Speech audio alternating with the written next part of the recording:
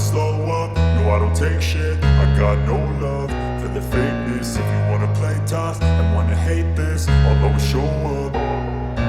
I don't ever slow up, no I don't take shit. I got no love for the fakeness. If you wanna play tough and wanna hate this, I'll always show up and make a statement. I don't ever slow up, no I don't take shit. I got no love for the fakeness. If you wanna play tough and wanna hate this, I'll always show up and make a statement. Everything I do so instinctive and so passionate. Every word I move so descriptive like an adjective. I got a vendetta against people who patented being negative when you should be getting after it.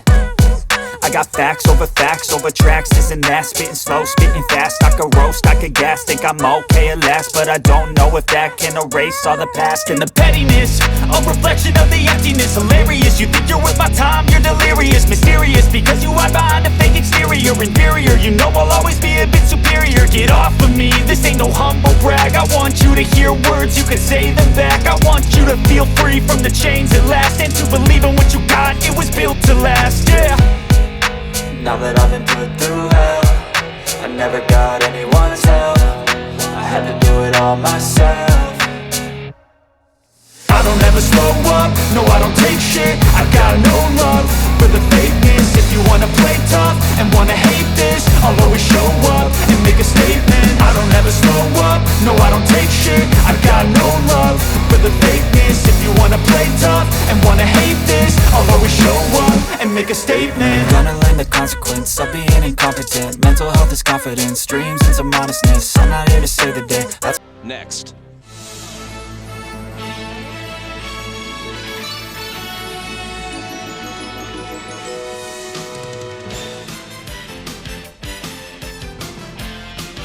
This is the NBA on NBC. The 1998 NBA Finals. Tonight, it's Game 1. The Chicago Bulls versus the Utah Jazz. The Delta Center in Salt Lake City, one of the loudest buildings in all of sports, a place where the Jazz enjoy a distinct home court advantage, and where a sellout crowd is ready to rock the rafters for Game 1 of this rematch in the NBA Finals. Good news for Jazz fans. In the past quarter century, prior to this one, there have been 5 rematches in the NBA Finals. In every instance, the team that lost the first time came back to win the second.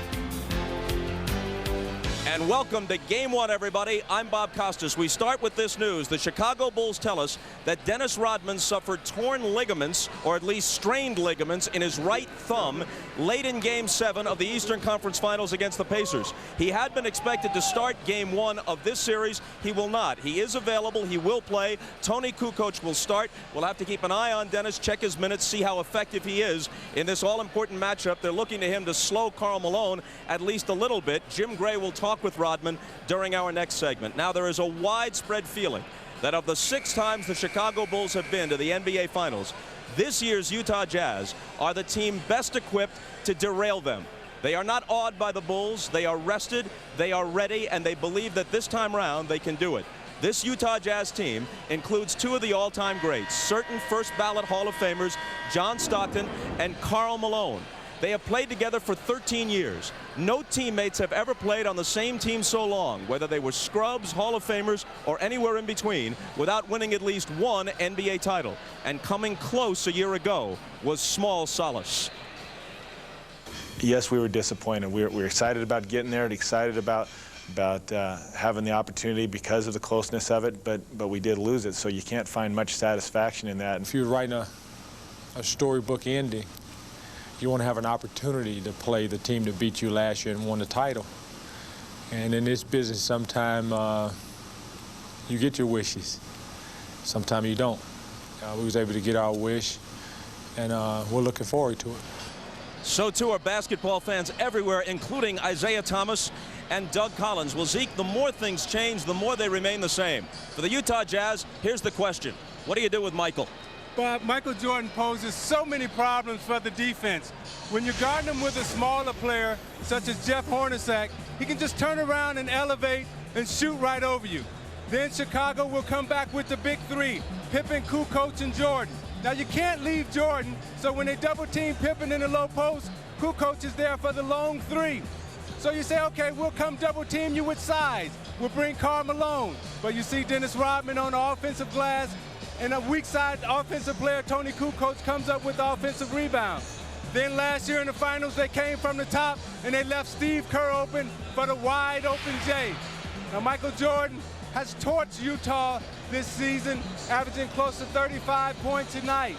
And when you double team him, he frees up on the offensive glass for at least 20 shots. Now, what do you do with Michael Jordan? That's the question that the league has been trying to figure out for a very long time. Bob?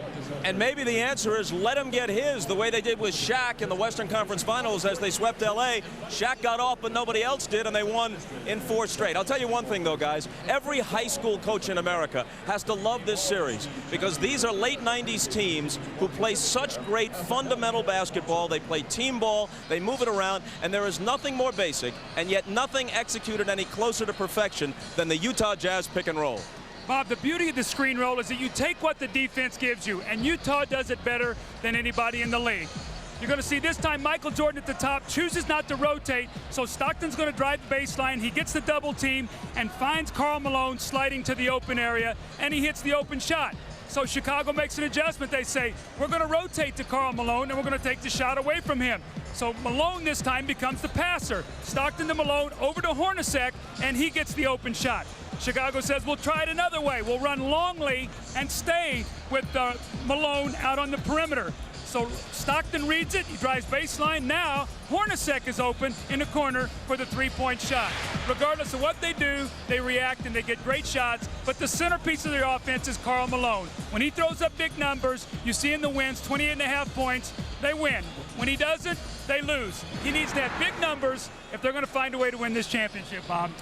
In last year's final against the Bulls, these were his numbers. 24 points, around 10 rebounds. Not bad. Shot 44%. But he didn't come through in some crucial moments. And ultimately, he graded his own performance as a C+.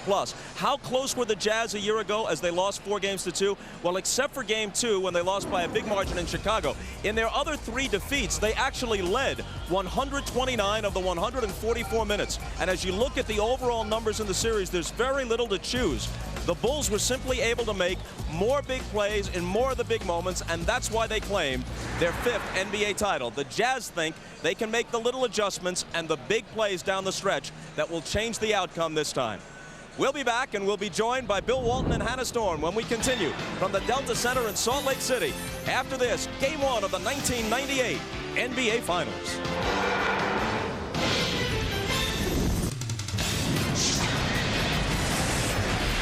Welcome back to Salt Lake City. Hannah Storm joined by Bill Walton, who will be with us throughout the NBA Finals. Peter Bessie and John Sally will be joining us at halftime.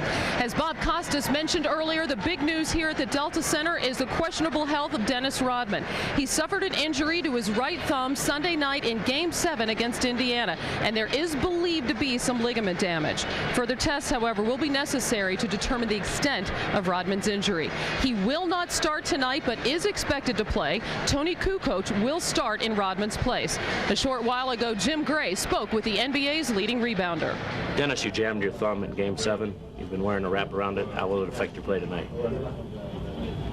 I'm not going to be able to rebound like I want to tonight, so nothing I can do about it, just play basketball. You know, I'm not going to be able to hold it and tip the ball or even take a shot or anything like that because it's so really springy.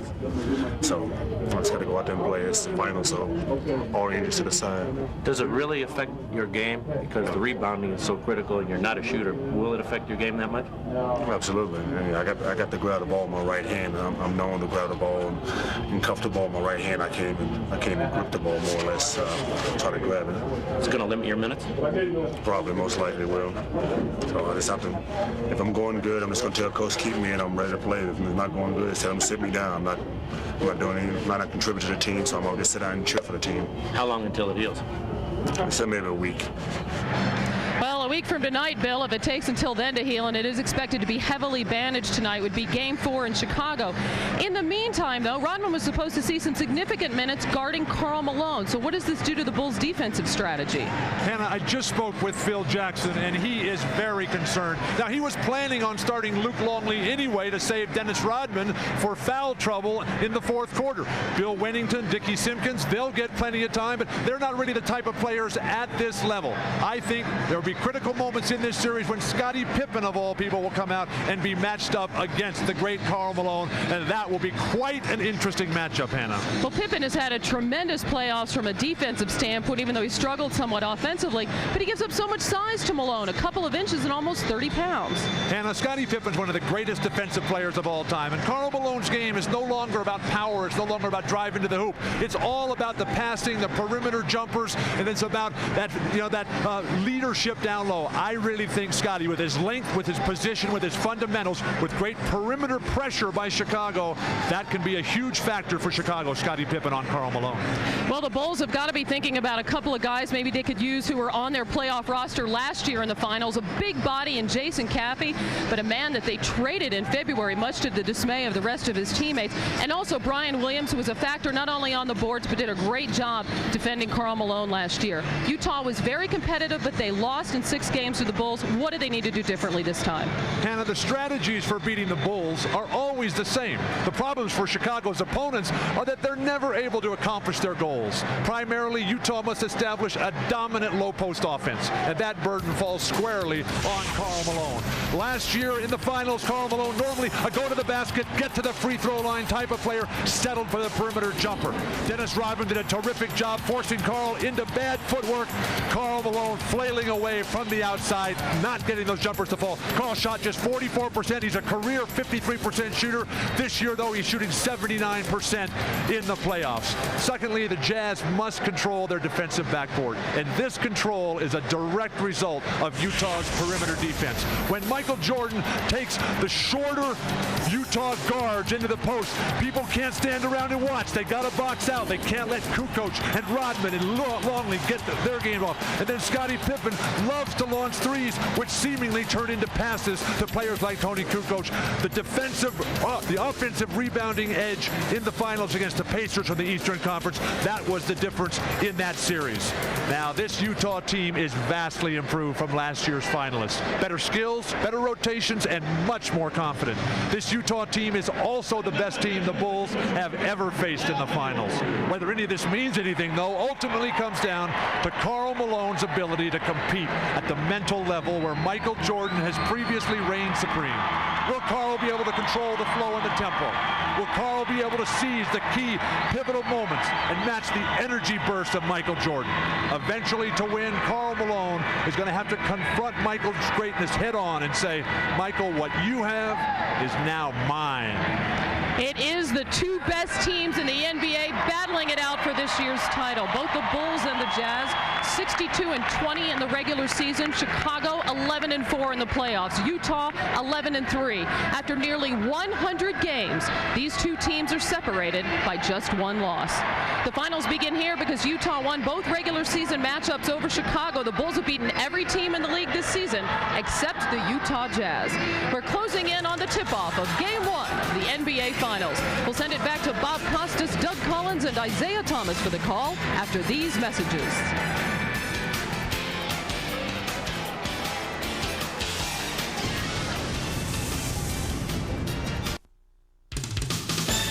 The NBA on NBC is brought to you by Miller Lite, who reminds you that a Miller time can be anything you want as long as it feels good. By Nike. And by the new Nissan Altima. Nissan, life is a journey. Enjoy the ride.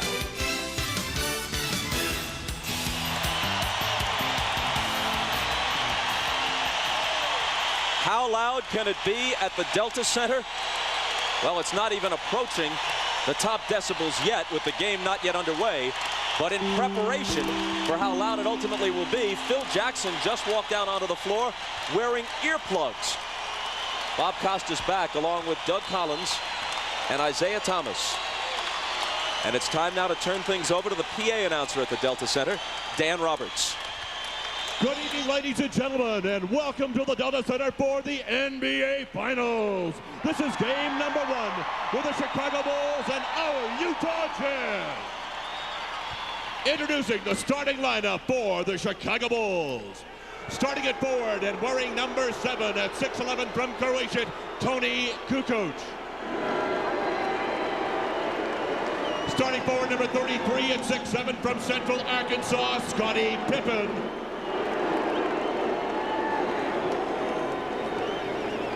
Starting at the center position, number 13 at 7 feet from New Mexico, Longley. On the guard line, wearing number 9 at 6'6" from Miami of Ohio, Harper. And at guard, wearing number 23 at 6'6" from North Carolina, Jordan. The Bulls are coached by Phil Jackson.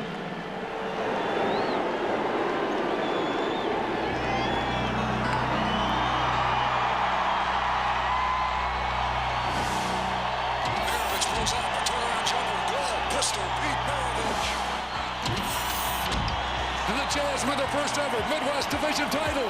Unbelievable. Magic down the alley. Goes to Green. Buckley. Picks up the Magic. Buckley. Oh, baby. Big mark everywhere.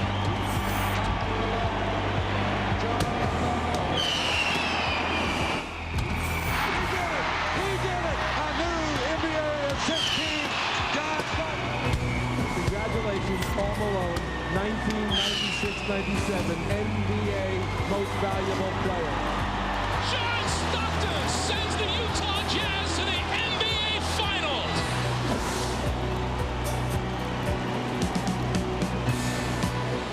And now, ladies and gentlemen, introducing our Utah Jazz. Starting at forward, wearing number 32 at 6'9" from Louisiana Tech, the mailman, Karl Malone. Starting forward, number 3 at 6'7" from Long Beach State, Bryon Russell. Starting center, number 44 at 6'11" from UTEP, Greg Foster. On the guard line, wearing number 12 at 6'1" from Gonzaga, John Stockton. And at guard, number 14 at 6'4" from Iowa State, Jacque Hornacek. The Jazz are coached by Jerry Sloan.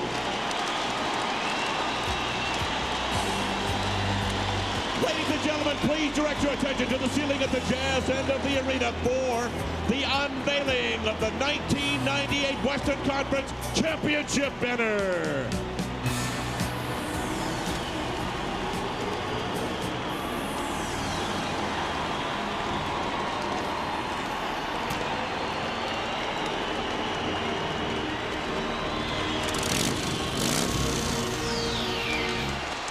Well, as we wait for the banner to be unfurled, we present Ahmad Rashad. Go. All right, thanks, Bob. I spent some time in the Bulls locker room before the game. They are loose, they're confident, and they're enjoying playing the role of underdog. Now, as far as that question is, rest, too much rest, not enough rest, Michael Jordan says when you're trying to win an NBA championship, rest does not enter into the equation. He also told me that he has never felt better in this particular time during a championship run. He said the key for him is to have as much fun as possible in this series, and we all know that in order for him to have fun, the Bulls have to win it. Now, for the Jazz part of it, let's go down to Jim Gray. All right, thank you very much, Ahmad. I spoke to Jerry Sloan. He's very concerned about the Jazz in the first half. He said, we cannot be in a hurry. We need to find our legs. He's concerned they're going to try and do too much in the first half and won't have anything left in the fourth quarter. I asked Karl Malone about it. He says, we must survive this first half. If we can, we'll have a big advantage for the rest of the series because then we will have all of the rest that we have had. I asked Karl what was the big difference between this year and last year. He said last year we thought we could win a championship. This year we know we can. And finally, Adam Keefe has the flu. He's weak, but he is available. Bob? Jim, thanks a lot. And as the build-up continues before the tip-off for Game 1, the Jazz have one more item, and that would be, from the world of boxing, the tuxedoed Mr. Michael Buffer. This is the moment you've all been waiting for the thousands in attendance and the hundreds of millions watching around the world, ladies and gentlemen, let's get ready to rumble!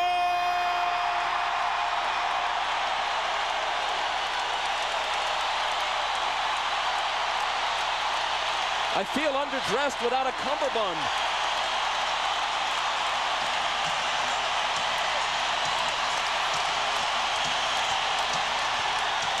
Dating back to Seattle in '96, the Bulls have lost 4 of their last 5 road games in the finals. But their one victory in that string was a huge one, Game 5 here, to take a 3-2 lead back to Chicago a year ago. The officials are Steve Javie, Ron Garrettson, and Bennett Salvatore. Chicago ball to start it. Russell on Pippen. Michael, jumper on Hornacek. Off the back iron. Loose ball to Longley. Kukoc open. And it comes up short. Malone takes it the other way. Stockton on the drive. Dishes to Foster. Stockton gives them a fresh 24 with the rebound. Now, Scottie Pippen is going to guard Foster and roam around a lot. You see him right now on Stockton. That's only because they got mismatched on the rebound. Malone's first shot. Doesn't get the roll. Foster trying to follow. Knocked away cleanly. Out of bounds to Utah.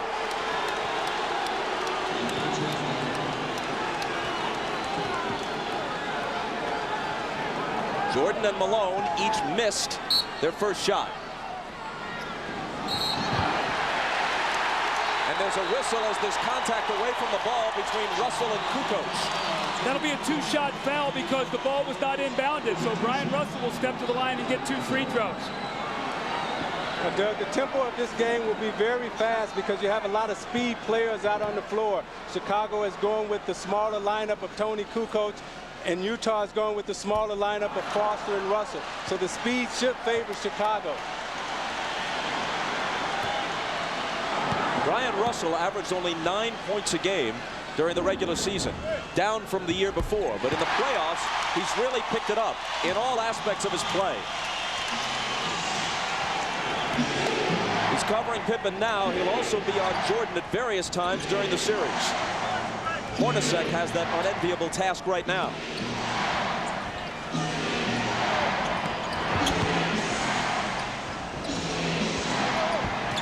Five on the shot clock. Kukoc. Out of the corner, it's Harper. Somebody's got to shoot it. Harper will, and it's 2-1 Chicago. We know that's the guy that's going to have to make jump shots. As the Jazz double teams in the post, they'll make Harper prove that he can hit that shot on a consistent basis. Stockton, the NBA's all-time leader in assists and steals. Bounces to Malone, guarded by Longley. He's 0 for 2. Kukoc has it. Bulls looking to run. Harper, the trailer, tries another one. Same result. Harper's 2 jumpers put Jerry Sloan's team behind 4-1. And we've played a bit less than 2 minutes. Utah has missed its first 4 field goal attempts. That's the end of that string as Stockton waltzes in off the left side of the lane. He is so good at getting the double team, reading it, make you get back to your own man, and then driving the ball right up your back. Malone on Longley.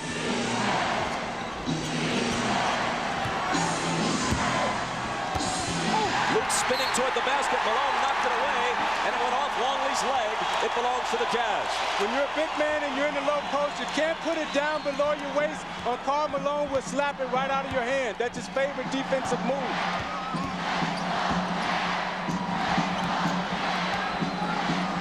Stockton looking for Malone. Longley pokes it away. Malone chases it to the corner. Now Stockton again. Driving baseline. Hornacek through a crowd. Tough shot. Pops out. Michael has it in the open court, and Russell fouls him. You could almost feel there that Russell was afraid Michael was going to get a breakaway. Did not want him to get excited early in this game, so he took the foul. But Russell's going to have to be very careful. They're going to need him on the floor, Bob. He's got to use his fouls very wisely. Pippen, his first shot. Rolls around and doesn't drop. Hornacek has it. Ahead to Malone, to the hoop, and Utah claims the lead.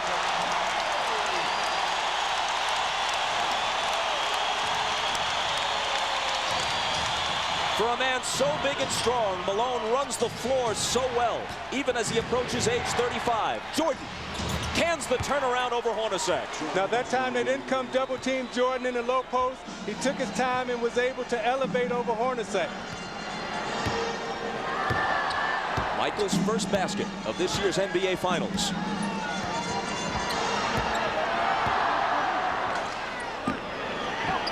Pippen got in the passing lane, cuts in front of Hornacek. Now it's 1-on-2, but Scottie takes it to the hole himself for the emphatic slam. See, Doug, you know, Utah likes to run that scissor cut, and when you run that against Chicago, they're so long that they just switch all of that. Scottie Pippen switched it with Jordan, stepped out and made the steal. Stockton's jumper. Got it. There's that screen roll we talked about. They forced it baseline, and Malone stepped up and screened baseline. No one stepped out, and Stockton can make that shot. He's a 50% shooter.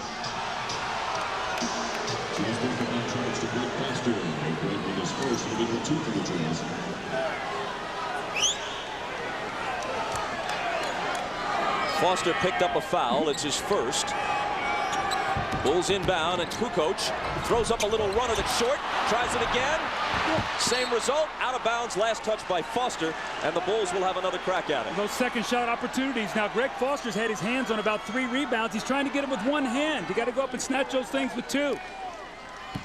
Kukoc red hot in Game 7 against Indiana. 0 for 3 so far tonight. In fact, he was hot through most of that series against the Pacers. An illegal defense now is called against the Jazz. Yeah, they caught Stockton running over, and he's saying that they pump faked the ball. Stockton was coming to double team Jordan. They didn't throw it in, and therefore he was illegal.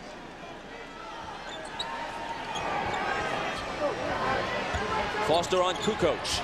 Into the lane for Pippen. Up top, Harper. Kukoc for 3. Rattles in and out. Longley battling for the rebound with Malone, and Karl saves it into Hornacek. Malone underneath Foster. Contact, but they let it go. No foul. Back comes Chicago. Pippen thought about a 3. Now puts it on the floor and takes it baseline. Throws up a wild shot, no good, and Malone has it. Hornacek the pull-up. Spins out. Loose ball battle. It'll belong to Utah. Take a look at the no call a moment ago. Well, this is such a frenetic pace. I think this favors Utah. You see right now, Greg Foster's going to get the dunk, and Scottie Pippen from behind knocks it loose. After that, it's incidental contact. But the pace of this game right now, I think, favors Utah if they can keep it up for 48 minutes. Stockton had it knocked away by Harper, but Harper fouled him. That's his first, and we take our first break.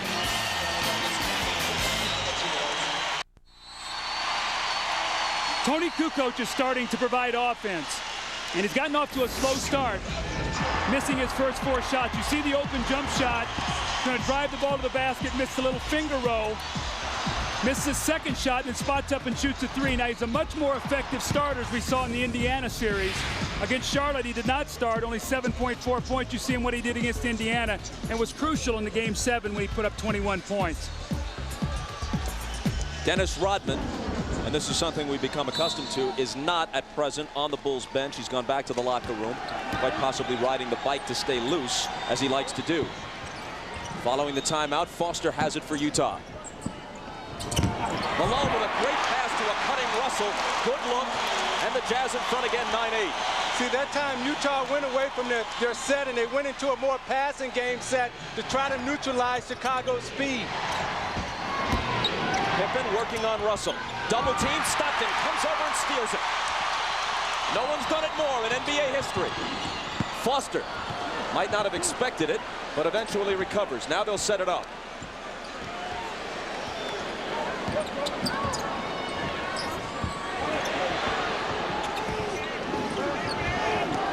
Stockton with 5 on the 24.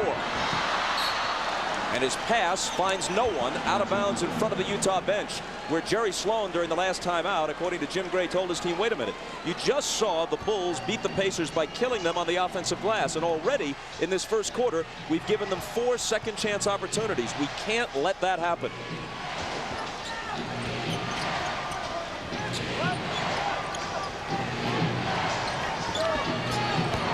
Michael against Hornacek, out of bounds to Chicago. See, Doug, you talked about Toni Kukoc missing his first 4 shots. The thing that impressed me about those 4 shots is that they were wide open shots. And that's what Michael Jordan is creating. And if Chicago takes their time, they're going to get good looks. And it's just a matter of them knocking down the shot.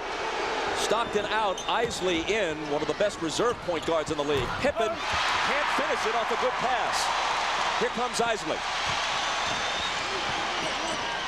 Hornacek looked for Malone, threw it over his head, and Longley takes it. Pippen stutter step into the lane, lays it up and in. A year ago in the finals, Michael averaged more than 30. Pippen 20 against the Jazz. No other Bull averaged more than 8. Bob, the early rust you talked about, though, poor shooting right now by Utah, but more importantly, they're turning the ball over. That's very uncharacteristic of the Jazz. Malone can't get the lead back, but they'll get another chance. And see, that's what the layoff would do to you, Doug. You can't practice emotion and intensity. And what emotion and intensity is, it makes you run a little faster, jump a little higher, and shoot it a little harder. Malone from Eisley into the lane, and Utah into the lead, but no, it's taken away on the offensive foul. See, what makes Chicago so difficult defensively is that they can move and shut down the driving lanes. They're so quick. You see, Malone has the penetration, but Pippen is there to take the charge. And when you miss a shot, Doug, Jordan can advance the ball, Pippen can advance it. They all can advance the ball for fast break opportunities. Michael, turn around, sandwiched by 2 defenders, count the basket, plus the foul.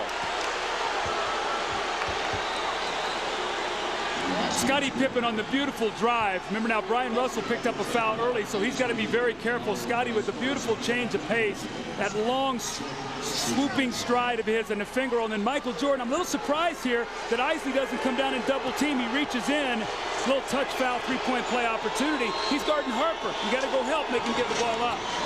The foul is on Eisley, his first, and Jordan completes the 3-point play. See, when I think of Utah, Doug, I think of a half-court team that execute. I don't think of them as a fast-breaking team, and Chicago has got them into a speed, fast-breaking type of game.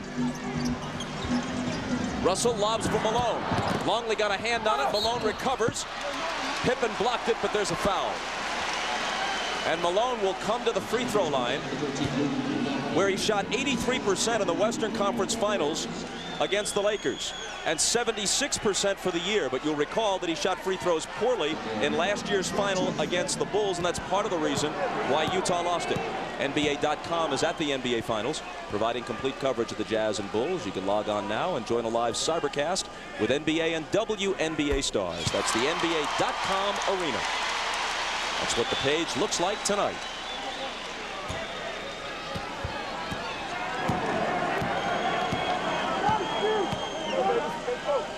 Doug, we asked Karl Malone what did he work on over the summer, and he said he worked on his mid-range J because he thought that he would be playing Longley. And I asked him, I said, did you work on your free throws over the summer? He said, no, I felt that I'd be confident enough to step up in the finals and make them.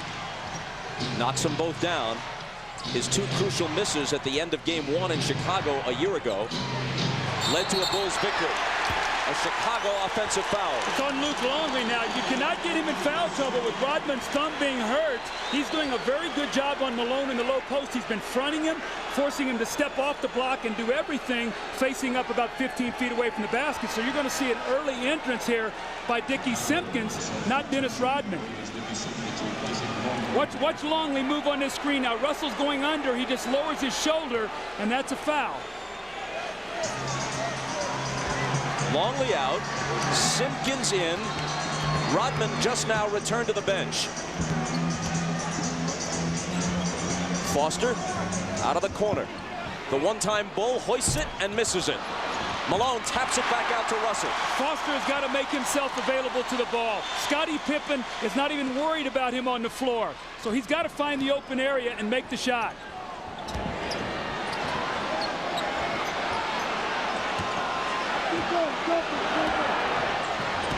Eisley takes it into the lane, throws it up with the right hand and hits the floater. Meanwhile, Ahmad Rashad tells us that Phil Jackson wanted to put Rodman in, and Dennis hadn't made it back from the locker room to the bench. That's why Simpkins is in. It's one thing to be idiosyncratic. It's another thing to be idiotic. Kukoc got it. See, where most teams post their big men, Chicago posts their guards. Ron Harper posted up against Howard Eisley. You had to come double team, and Kukoc knocked that wide open Jay down. Out of bounds to the Jazz. Phil Jackson was quoted yesterday as saying, you know, there's a bit too much drama with Rodman not on the bench, and it looks like he's not part of the team, and I've got to put a stop to that. Well, they didn't put a stop to it in the first quarter here. Although Dennis is sporting a striking new hairstyle for the finals. Russell's jumper from the head of the key is way off. And it was touched last by Utah.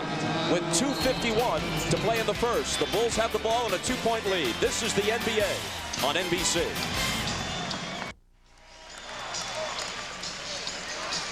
Each of these teams has at least 2 certain future Hall of Famers, but if we extend it to a big 3, there's a quality third option for each team. Kukoc and Hornacek, and let's take a look at the numbers through this year's playoffs. The guy who really has helped him with Hornacek's injury, Bob, has been Bryon Russell. His scoring has gone up in the postseason. They've really needed it at playoff time because of Hornacek's injuries to his Achilles. You know, Bob, as I look at the score right now, 15-13, this does not surprise me. In fact, if I'm Jerry Sloan, I'm probably a little pleased that I'm not further behind the way they're shooting the basketball right now. Chris Morris is guarding Kukoc as Morris, the veteran, makes his first appearance. Pippen with Russell on him. Michael backing in on Hornacek, gets rid of it to Harper, now Kukoc. Inside to Pippen, but a whistle and a 3-second violation against Chicago. Now, did Toni pass that shot up because he's not shooting well? Remember, he's the kind of guy, when he gets off early, he's very confident. When he misses some shots, he has a tendency to fade away. Hornacek, Pippen bumps him, bounces it to Morris. Michael guarding him, turnaround on MJ short.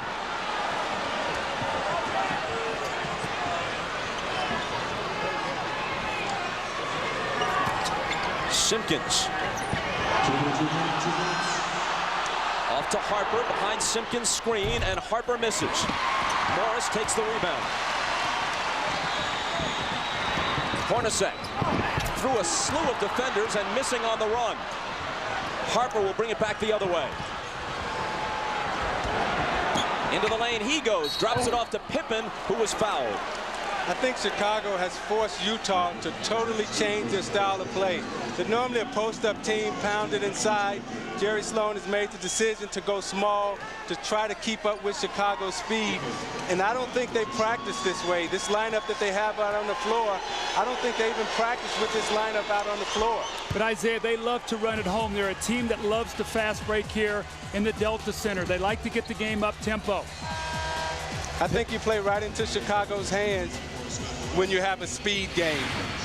Pippen missed the first 38 games of the season following surgery on his left foot, and actually says that his legs are fresher as a result as we go through the grind of the playoffs.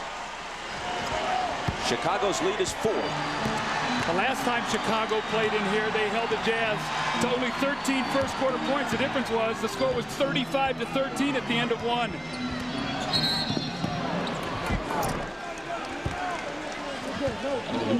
And now each team has been hit with 1 illegal defense warning. This one goes against Chicago. Utah's got to find a way here, Bob, to get the ball to Malone on the block against Dickey, Simpkins. If they do double team, space out, you got 4 good shooters on the floor. Let's find out what they'll do here.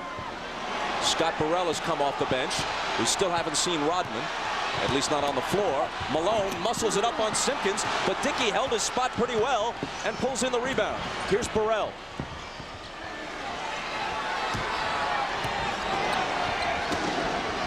Pippen poked away by Morris. Scottie picks it up. Working on Hornacek. Up and over the backboard, Utah ball. Karl Malone has him right where he wants him, gets a little excited, loses his footing, and throws a weak shot up at the basket. Dickey Simpkins cannot guard him down there. He's got to take his time, power that ball through him. Malone is 1 of 5, and Utah as a team is 5 of 18.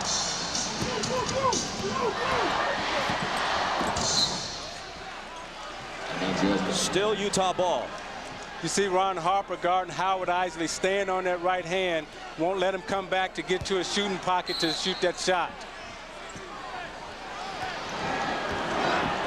Eisley. Inside Morris for the reverse. Eisley penetrated as he blew past Harper. He's lightning quick and then made the good pass. Well, that's that high screen roll they love to run with Eisley. He just cut the ball back when Harper tried to beat the screen. Chicago looking for a 2-for-1, but Pippen misses the pull-up three, and then there's a rebounding foul. Simpkins hit with his first. Bob, let's see if they go back to that high screen roll once again. Normally Malone steps up, and Eisley tries to run it. Morris will curl in underneath the basket. They'll keep their three shooters spaced. Malone will wait for the last moment, and he'll come up and set the screen for Eisley. Game clock overlapping the shot clock by a couple of seconds. Malone from Eisley to the basket, and with pure strength, although he took a hit, he maintains control and lays it in. Jordan looking for the last shot. It'll be a three. And he almost banked it in. But Utah pulls even. After a ragged first quarter at the Delta Center, it's tied at 17.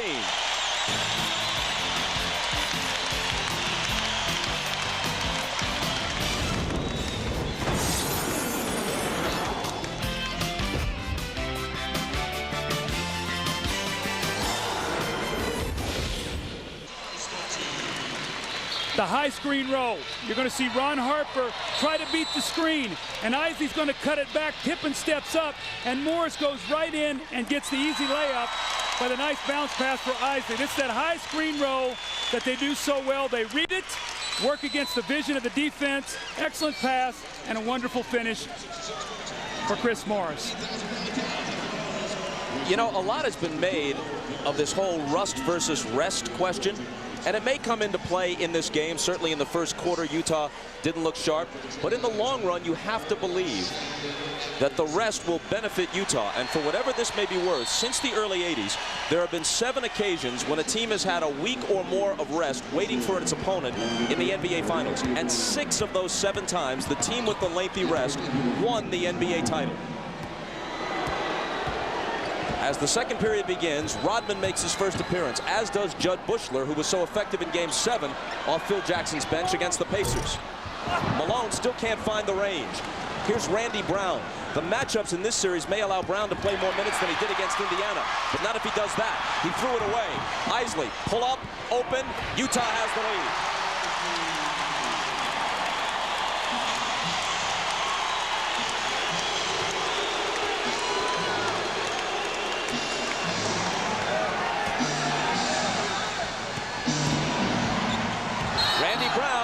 Travel. You know, Bob, you talk about rest versus rust. And when you look at the Chicago Bulls in Utah since the end of the regular season, look at the day's rest that Chicago has and that Utah has. They're identical. And the reason is because Chicago finished their series earlier. Early in the playoffs, but not most recently. Most recently, it's Utah with the rest. Now, they love to post Shandon Anderson the moment he comes into the game. He tries a fadeaway on Buechler, but there's a whistle before the shot. That's number 1 on Judge.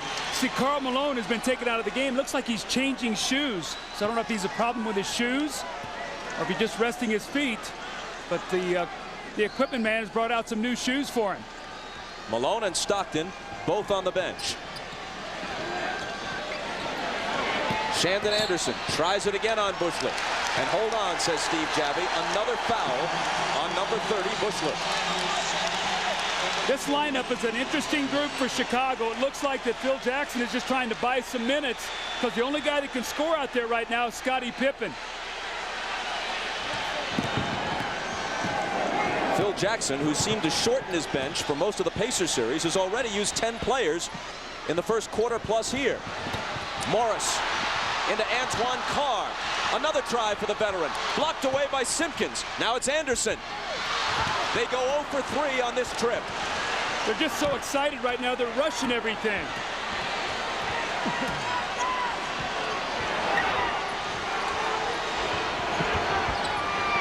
Randy Brown Out to Pippen. In the lane for Simpkins. Knocked away and stolen. It's a 4-on-1 break. Eisley to Anderson.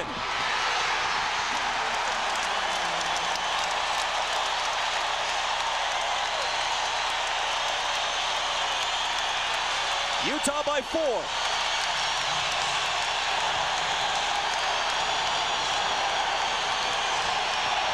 Rodman's pass to a cutting Buechler was a good feed, but they couldn't finish it. Russell on the run. And suddenly it's a wide open game with the Jazz up by half a dozen.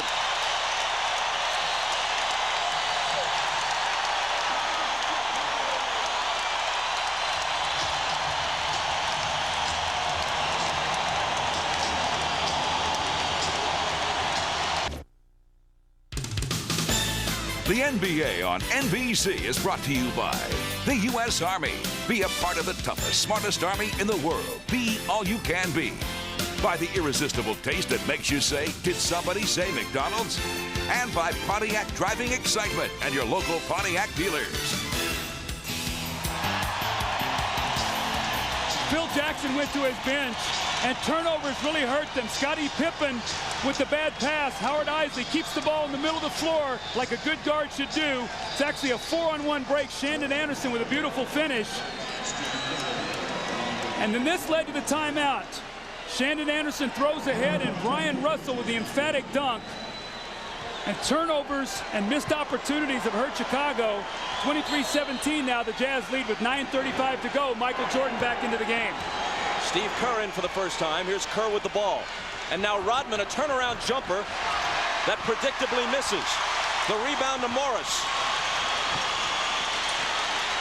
Utah on a 10-0 run, 6 of it at the start of this quarter.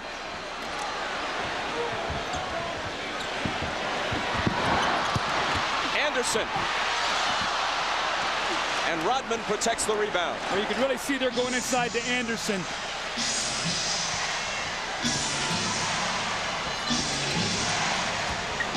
Kukoc hits the hook.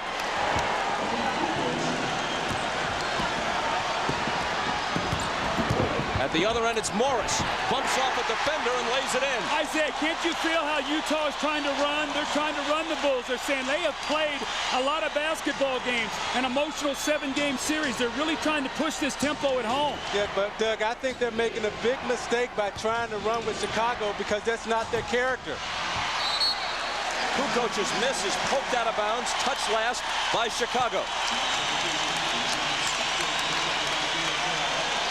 The pass to Chris Morris. Michael Jordan tries to take the charge, no call. And Chris Morris, once again off the bench, has been a big factor. Stockton back in, as you see, guarded by Kerr.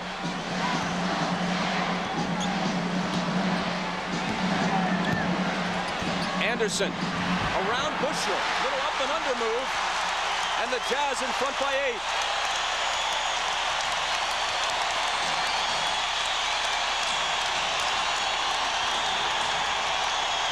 Listen to this crowd at the Delta Center. Jordan quiets it just a bit. Stockton into the lane on Kerr. Off balance and got it.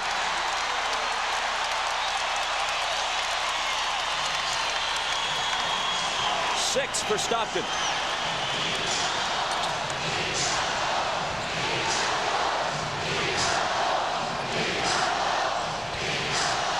The chant is beat the Bulls, beat the Bulls. But first, you have to stop Michael Jordan.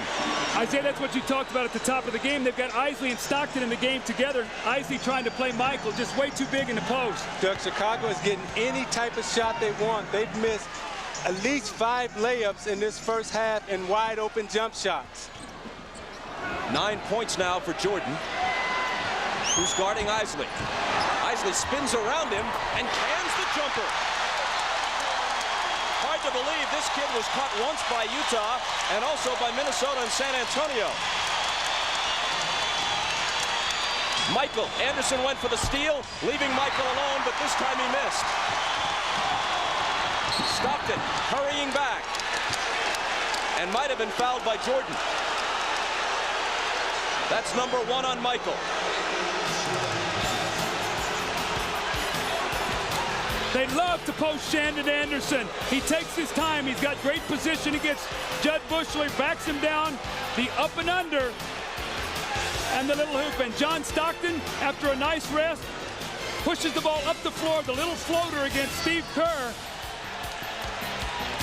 And now Howard Eisley, the guy who's made this second team go all season long, buries the jumper against Michael Jordan.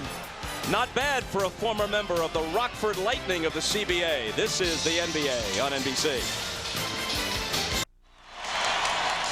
Welcome back to Utah. I'm Jim Gray. Well, Jeff Hornacek left the game some time ago. He went back in the locker room for about 5 or 6 minutes. He's had a bad Achilles. He had it worked out by the chiropractor back there. They're just trying to stretch it out. It tightened up on him. He's back on the bench and available, but he's really going to be hobbled. It continues to be a problem, Bob. Now, this is how the smart coaches buy minutes for their players and their superstars. Stockton left the game. He only lost 9 minutes, but in actual time, he got 24 minutes of rest, Doug, which enabled him and Howard Eisley, they're combined 6 of 6 from the field right now. Eisley trying to use quickness on Jordan. That one comes up short into the arms of Rodman. Stockton on Michael now, who immediately wheels around him, draws contact from Carr, and a foul.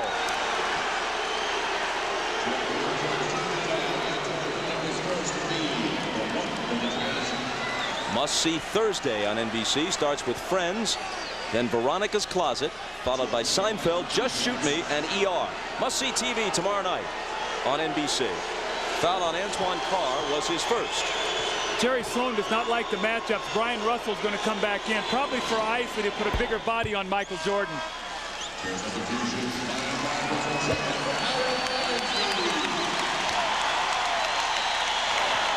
Eisley did a heck of a job, though, while he was in there.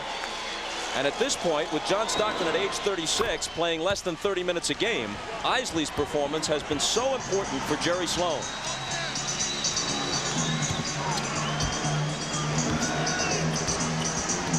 Stockton driving on Kerr, but it spills out. Another rebound for Rodman, playing with that right thumb heavily bandaged.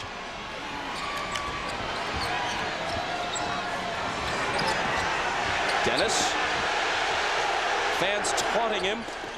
Kerr pops a baseline jumper and hits it. Quick release before Stockton could get there. Well, he can't roam as much with Kerr in the game. He likes to wheel back and double team the basketball. He's got to stay more at home against Kerr. Now it's a 4-point difference. Carr left alone, can't make the Bulls pay for it. Loose ball to Rodman. Pippen with Jordan on his left. His pass knocked away by Stockton, who flips it to Russell, who pushes it up the floor. And it's finished by Shandon Anderson. Stockton just made a smart defensive play. He ran right to Kukoc. He was going to double team Jordan, but he saw Kukoc standing there, and he ran right back to him and intercepted the pass.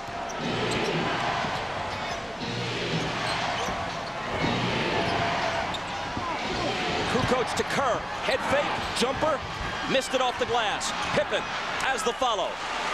And what surprised me on the layup by Shandon Anderson was Rodman was back. He could have taken a foul and made him shoot some free throws. He just backed out of his way. Isaiah let him lay the ball in the basket.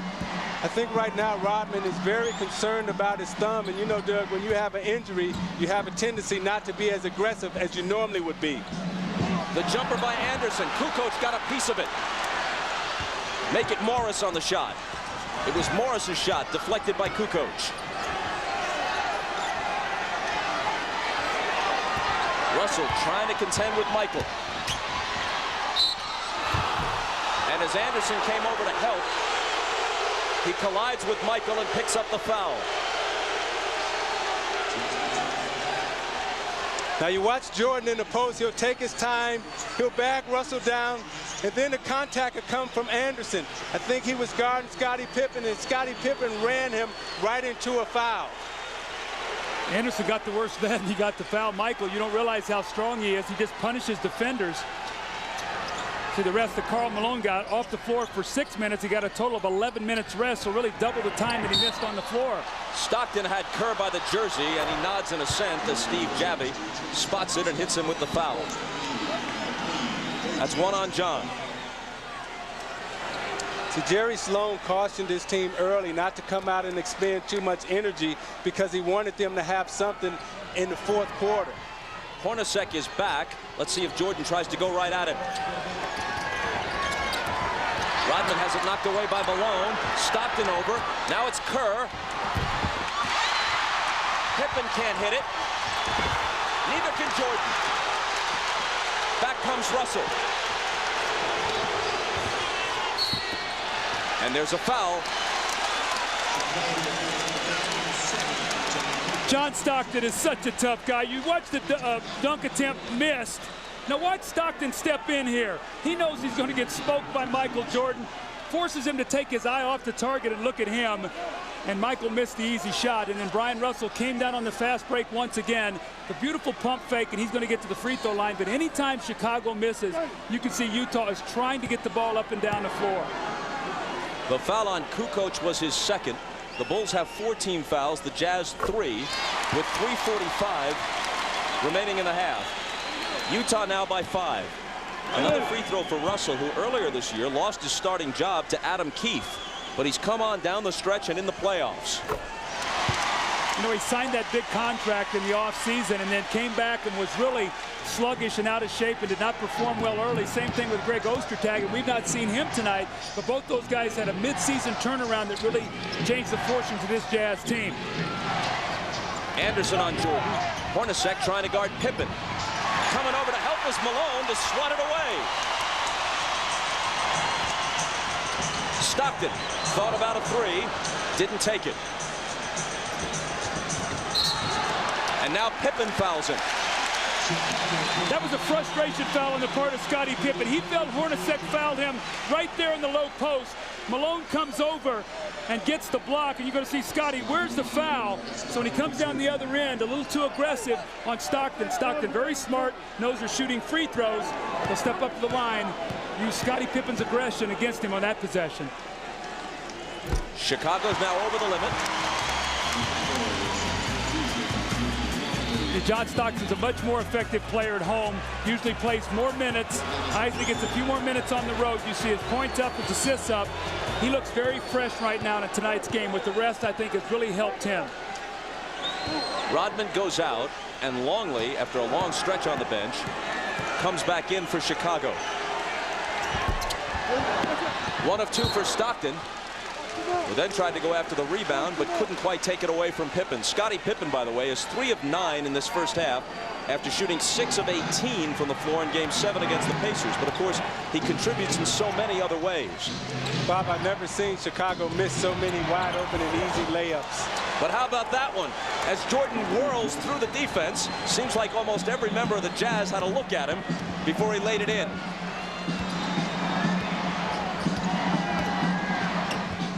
Michael with 13. Luke Longley's doing a very good job, Bob, trying to keep in front of him. He recovers to block Malone's shot, but fouled him. See, his size has really bothered him, getting in front of him. That's 3. That's 3 on Longley, but Michael Jordan, the whirling dervish move on the other end of the floor. They jump out to try to trap the screen roll. He goes baseline. Malone reaches. And the little finger roll, that was wide open, but that sure wasn't easy, Isaiah. But how about the foot fake, Doug, that got him wide open for that easy layup?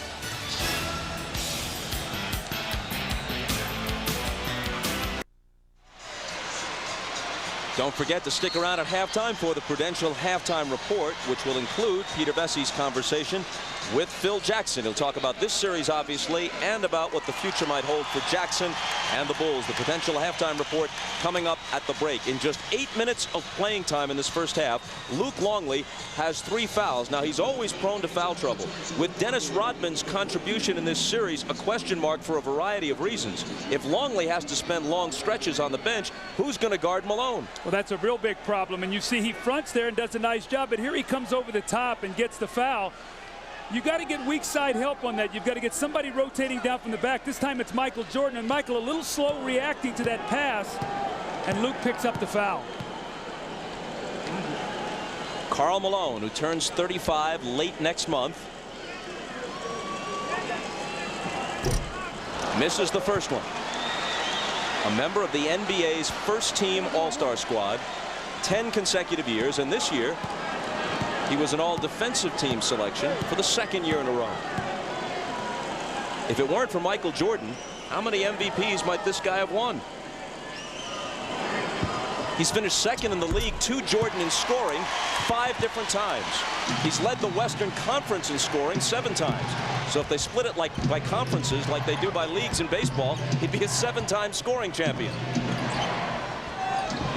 Jordan, quick catch and shoot. 15 for Michael. But the Jazz will live with that because he's not getting to the free throw line. They're going to hope that maybe if he shoots under 50%, they'll limit the offensive rebounds with no double team. And the end result will be a good one for the Jazz. Good pass inside from Hornacek to Malone. Great high-low action there, and Rodman was just completely sealed behind Malone. Yeah, Malone is too big for Rodman. He caught him that time on his back, but Chicago will keep going inside with their big guards. Kerr from Scottie. When he gets a look like that, he won't often miss. Better communication, though. They run that little split at the top. Malone stepped over, and Michael got screened on Stockton. Nobody helped out. Hornacek with Michael on him. Here's Malone. Back to Hornacek. Into the lane. Off-balance shot. Hits the front rim and spills away. You can just see Hornacek has no legs in his shot at all.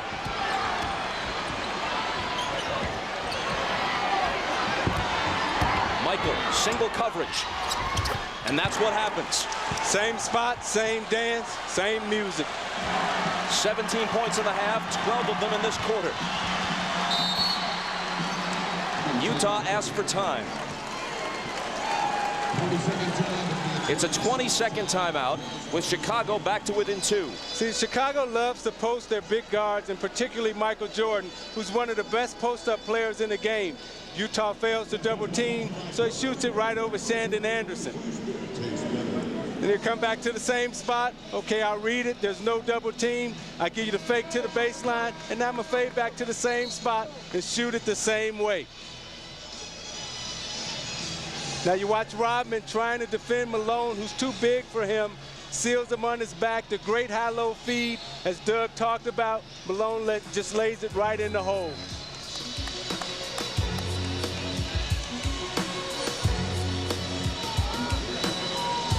Last year's MVP, Malone.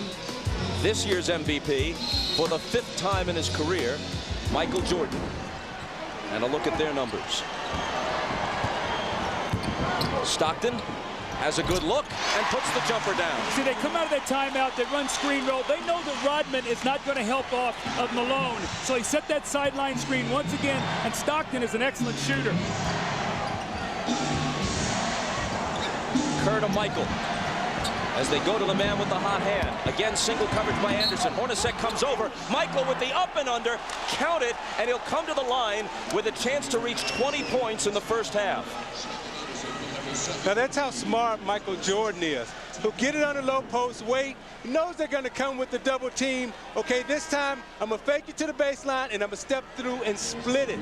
I'm not going to give you the same offensive look every time. I'm going to give you something different. But Isaiah, you teach when you come down to a double team, that defender has to come and touch the other defender, so you can't step through there. You can't give him any kind of pathway to get to the basket. You must make him spin away and shoot the shot. Kevin McHale was the master of that. I understand you teach that, Doug, but when you're coming down to double Michael Jordan, do you know how much fear is in your heart?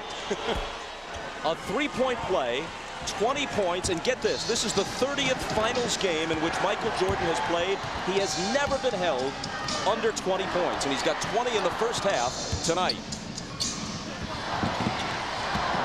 Stockton on the move and banks it home. What a tough shot by Stockton. They tried to run the same play. This time Kerr forced him back into the middle. The little running wrong footer by Stockton off the glass. He's got 11. Last 30 seconds of the half. Jazz by 3. Jordan finally missed one, and Russell collects the carry. He likes to go 2 for 1, shoot a quick 3. Not enough time for that now. Stockton's having a beautiful first half. He's controlled this first half masterfully, as only Stockton can. So they'll hold it for the last one. Stockton fires and hits again. big first half. Just a step inside the line. 13 points for Stockton. Kukoc beats the buzzer and misses the three. Jazz led by as many as 8. They conclude the half up by 5.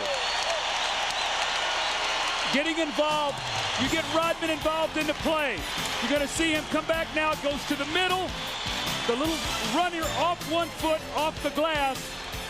And the next time down the floor, they're going to look like they're going to feed the post. Scottie gives them some space, and Stockton steps up and buries the shot to give them the 5-point lead going into halftime. And now stay tuned for the Prudential Halftime Report after these messages. You're watching the NBA on NBC.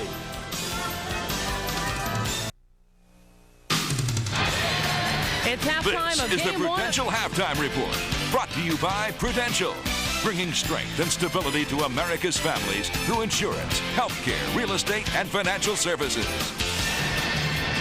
It's halftime of game 1 of the NBA Finals with the Jazz leading the Bulls 45-40. Michael Jordan has half of the Bulls' points with 20, but the Jazz bench has been key, outscoring the Bulls 16-4. Hi, everybody. Hannah Storm back in Salt Lake City along with John Sally, Peter Vesey, and Bill Walton. We'll hear from these gentlemen in just a moment. But first, Peter Vesey's conversation earlier today with Bulls head coach Phil Jackson. It has been made abundantly clear by Bulls general manager Jerry Krause that this is Jackson's final season in Chicago. And Michael Jordan has said he will not play for any other coach. So win or lose, this appears to be the Bulls' last run.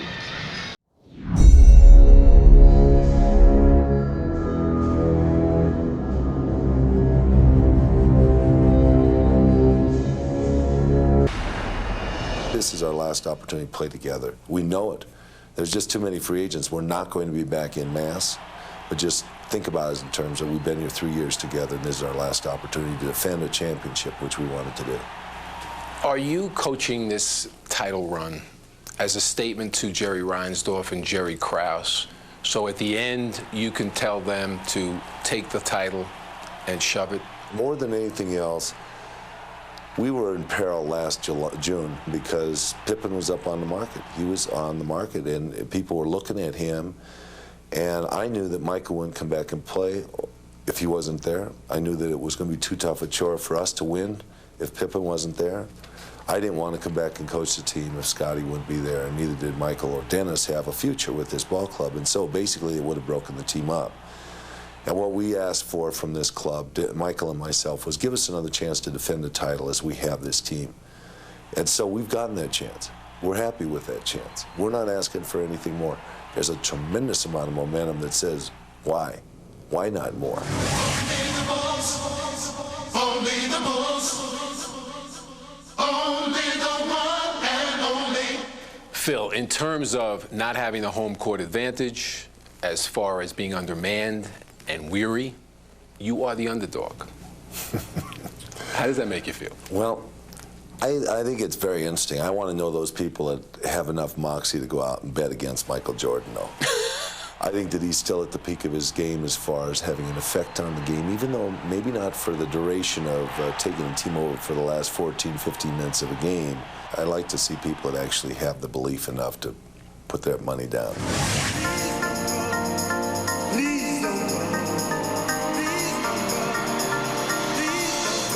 Michael could conceivably leave a year or two too early. Is he ready to go? I mean, he's been missing shots more than ever. The team has been struggling more than ever. Is this the opportune time? I think, from my standpoint, it is. It's a perfect time. But I think it depends upon how his appetite is satisfied in this championship drive. But I think he's willing and he's adjusting his mind thought to whether he's going to come back or not.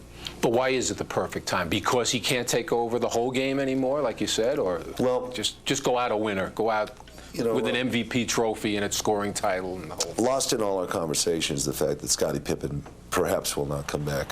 And Michael and Scottie are a combination that's effective, very effective on the court.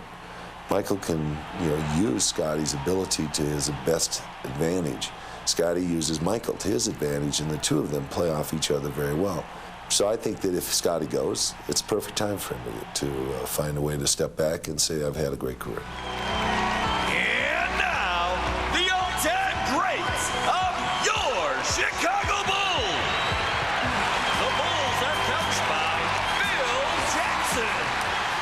Most coaches, when they leave the game in any sport, they always seem to come back for whatever reason. Do you need to coach to enjoy your life? I was figuring out the other day that I've been in this business 20 years. And so I've been in it a long time, and coaching is a part of me. I like to tell people what to do, I guess is what it is. Whether I can live without it or not is going to be something I'm going to have to find out.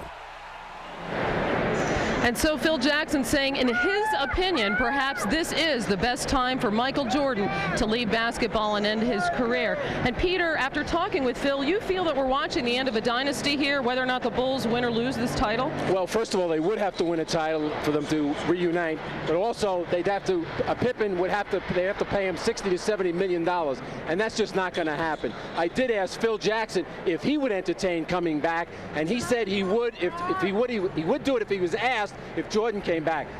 But Jordan said that Pippen is not coming back, so it's not going to happen.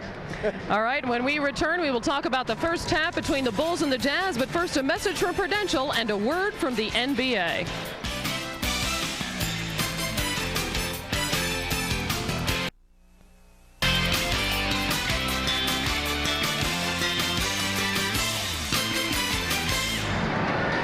At halftime, the Jazz lead the Bulls 45-40. Let's talk about the first half, and this was a series in which, Bill, Utah figured to have two big advantages, Karl Malone at power forward and also their bench. From Karl, they got 9 points and 7 rebounds in the first half, but it was their bench that really made the difference. And there was an incredible amount of rust on Karl Malone's game. He just did not have any sort of style from the sharpness that you would expect from Karl Malone, who would come out there and try to take it to the hoop. Instead, he settled for perimeter jumpers. But once the bench came in, they turned everything around. The tempo got going. Howard Eisley, it's as if the Chicago Bulls didn't even know that he makes these type of plays regularly. Shandon Anderson posts up at will and runs the floor beautifully, and then Chris Morris, now a regular part of the rotation for the Utah Jazz. Eisley and Anderson were just huge.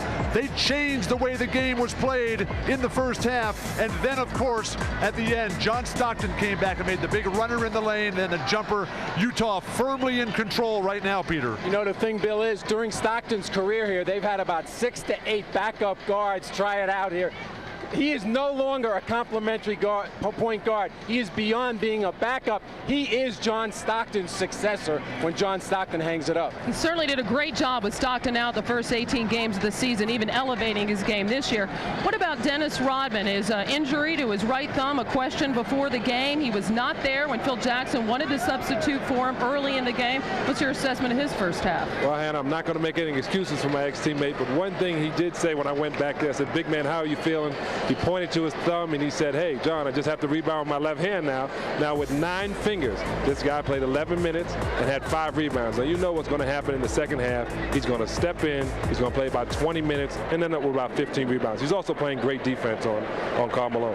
And the rebounding edge pretty even on both teams. Chicago with 18 rebounds and Utah with 19, so they're even on the boards.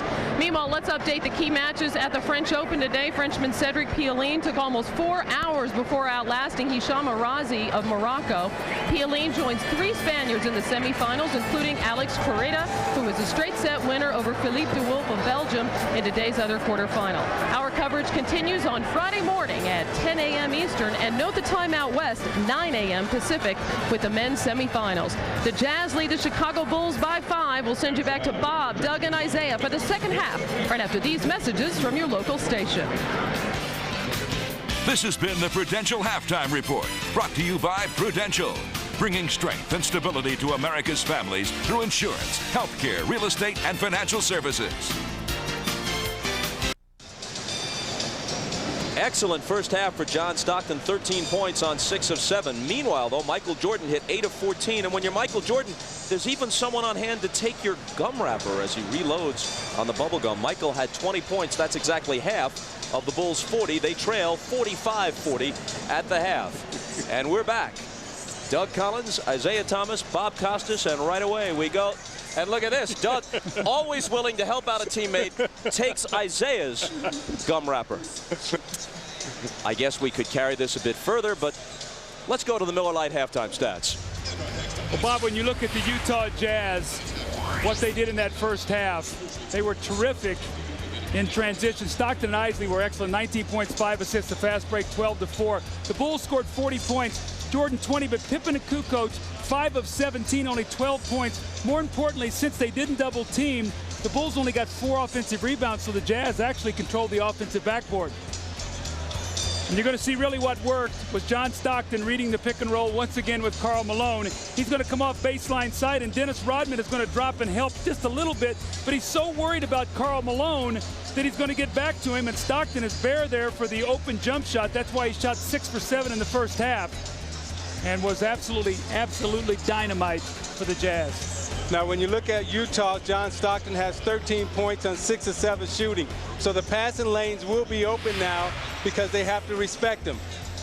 He only got 1 assist in the first half, so therefore he'll come out and look for him to make passes now. And you look at Jordan, who had 20 points, half of Chicago's points. But Chicago had 14 layups in the first half and missed 8 of them. Look for Jordan to come back and continue his strong shooting because they're giving him any shot that he wants inside.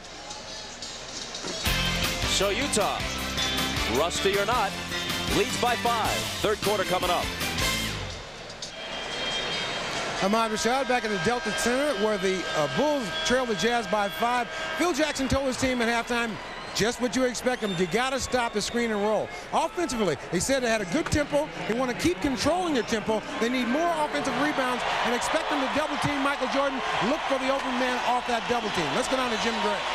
All right, thank you very much, Ahmad. Well, that's exactly right. Jerry Sloan told his team he's not happy with the way they're defending against Michael Jordan. He's going to change it up here in the second half. You're going to see quite a bit of double teaming. You're going to see some better rotation. You're going to see some changes closer to the basket in the schemes. Jerry Sloan said we can't count on them missing that many layups. We've got to establish ourselves. We can't let them offensively go where they want to be. Bob? All right, Jim, thanks a lot. First shot, second half, Bryon Russell. Short with a 3. And Harper has it for Chicago. Luke Longley with 3 fouls does not start the second half. Dennis Rodman does. Ahmad Rashad tells us that Rodman spent much of the halftime break dribbling a basketball, trying to loosen up that sore right thumb. Strained ligaments sustained in Game 7 against Indiana. Michael Jordan way off, so can't pick up where he left off in the first half as he scored 20.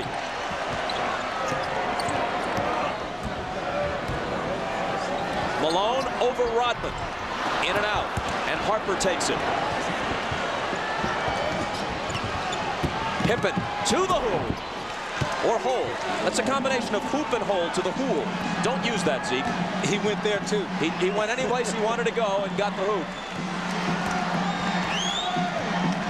Who will score the next one? Hornacek has it. It'll be Stockton who has 15. What a great pass, Isaiah, on that give and go to the top. You fall asleep a little bit, and Hornacek finally gets off here with a layup. 0 for 4 in the first half. Now that's the Utah I know. Half-court execution, perfect screen, back-cut layup. That's the way they need to play in order to win this game. Harper into the lane. Tried to find Rodman, poked away to Pippen, and his 3 is no good. Rodman with board position. Michael hits the open 3 and matches the number on his uniform with 23 points. The minute you start double teaming, though, what you do is you open up that offensive board, and that's the one thing Jerry Sloan has to be concerned about. They've got a defensive rebound like they did in that first half. Utah by only 2. Hornacek with Kukoc on it. Into Malone, and Rodman fouled him trying to poke it away. That's only number 1 on Dennis. See, the dilemma is how do you defend Jordan? And when you go to trap him, that leaves Rodman on the offensive glass, kick back to Jordan for the 3.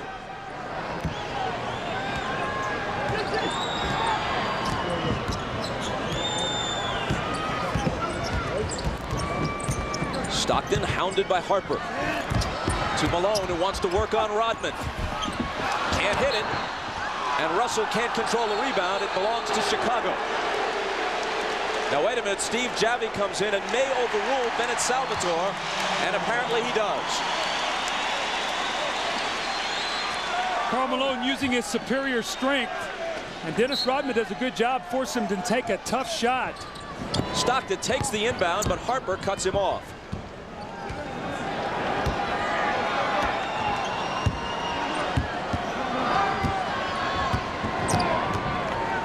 Malone screening for Stockton, who drives the baseline, tries the reverse, and Rodman picks up a second quick foul.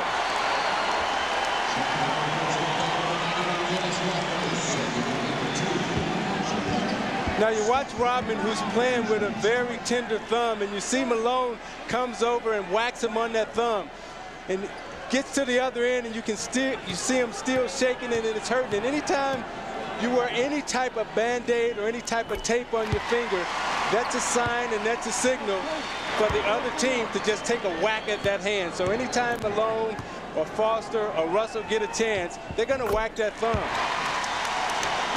Stockton hits them both. Stockton playing in his 142nd career playoff game. No one has ever played in as many without winning an NBA title. And Malone not far behind in that category. Kukoc looking for help. 5 on the 24. Dribbles it off his foot. And Russell, battling for the loose ball, comes up with it. Pull-up jumper.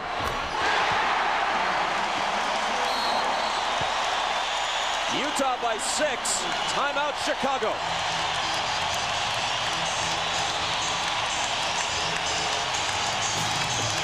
These are the kind of plays that win basketball games for you. Toni Kukoc off his foot. He reaches down for the ball. Not Bryon Russell. He goes for it, finds it, picks it up, pulls up, and hits the jump shot to give the Jazz the lead. You're watching the NBA on NBC. Miller Genuine Draft presents even more basketball. Now, Michael Jordan had a great first half. You see he's not double teamed, so he's able to elevate over a smaller Hornacek, come back, elevates over a smaller Eisley, and then he gets it in the post over Shandon Anderson. Utah is failing to double team him. He says, okay, I'll make you pay. He dropped 20 in the first half on him. You see what he's doing round by round. If they fail to double team Michael Jordan, then he's going to keep making them pay. And in recognition of this look inside the game, Miller Brewing Company will donate $1,000 to the Thurgood Marshall Scholarship Fund. Interestingly, one record Michael Jordan doesn't hold, his highest career average in the finals. He's at 33.6. Rick Barry at 36.3 in 2 finals for the Warriors. Michael is second. Jerry West is third at just over 30 points a game as a finals player. Michael again. Spins out. And the rebound taken by Karl Malone. Stockton to the front court. Harper again on him. Luke Longley is now back into the game with Dennis Rodman, so now he's matched up against Karl Malone once again. Remember, he got 3 quick fouls in the first half trying to guard Karl Malone. Here's Foster. Deals to Russell. Drives on Pippen. And hits a tough hoop.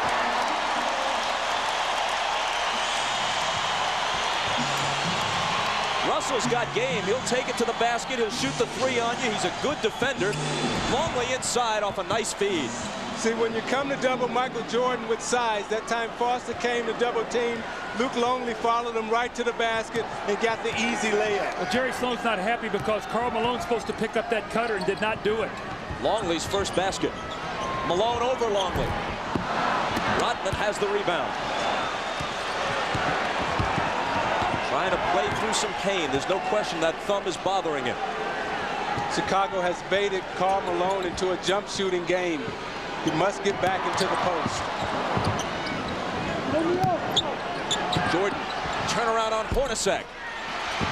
Rebound Longley, and there's the follow. So Longley with a contribution here, midway through the third. Isaiah, I agree with you. They've got to establish Karl Malone down in that paint. That's where he's lived all season long, and he's been a jump shooter the entire night. Stockton to Foster, who hits the jumper. See, the way they started the game the first half, running, I don't know if Karl Malone lost his rhythm, and they played him out of the game. Now he's got to try to get back involved. Longley drops it off for the driving Pippen, who had to change the shot, but was good enough to do it.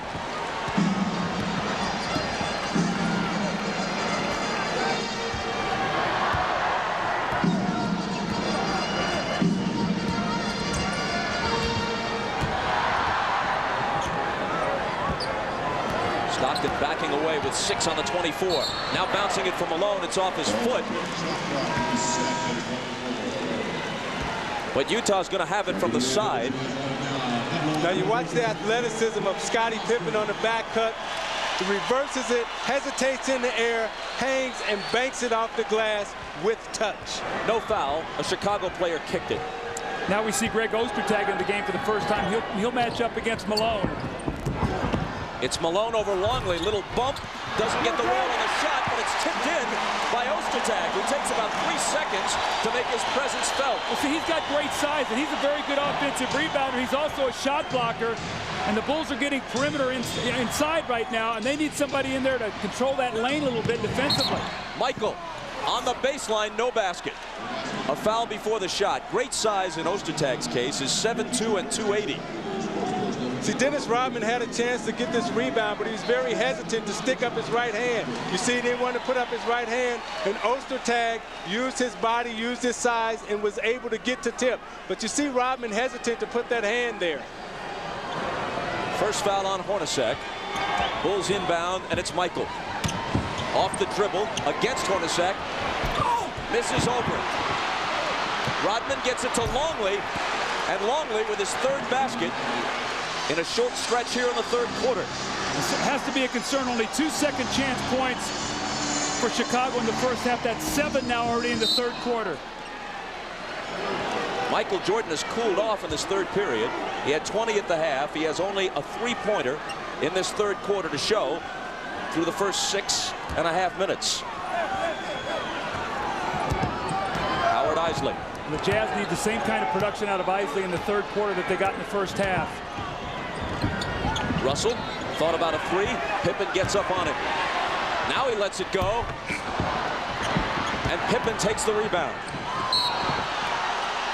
A Utah foul. Jordan had gotten back ahead of the field, but Pippen didn't see him in time, and now Malone picks up his 2nd foul. Bob, you get a sense of frustration in Karl Malone right now. He's not getting the ball where he wants it. The Bulls are doing a very good job. They've got him out of his rhythm right now. That was just a frustration foul in the backcourt. Pippen wants a 3. It doesn't go, and there's a foul on the rebound.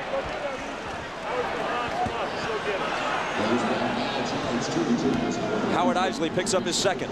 Now you watch Scottie Pippen take a little poke right in the eye from Karl Malone, and I've been hit by Karl Malone a couple of times, and that little poke hurts. You took more than a little poke one time. 42 stitches worth, right? Bob, you are correct, sir.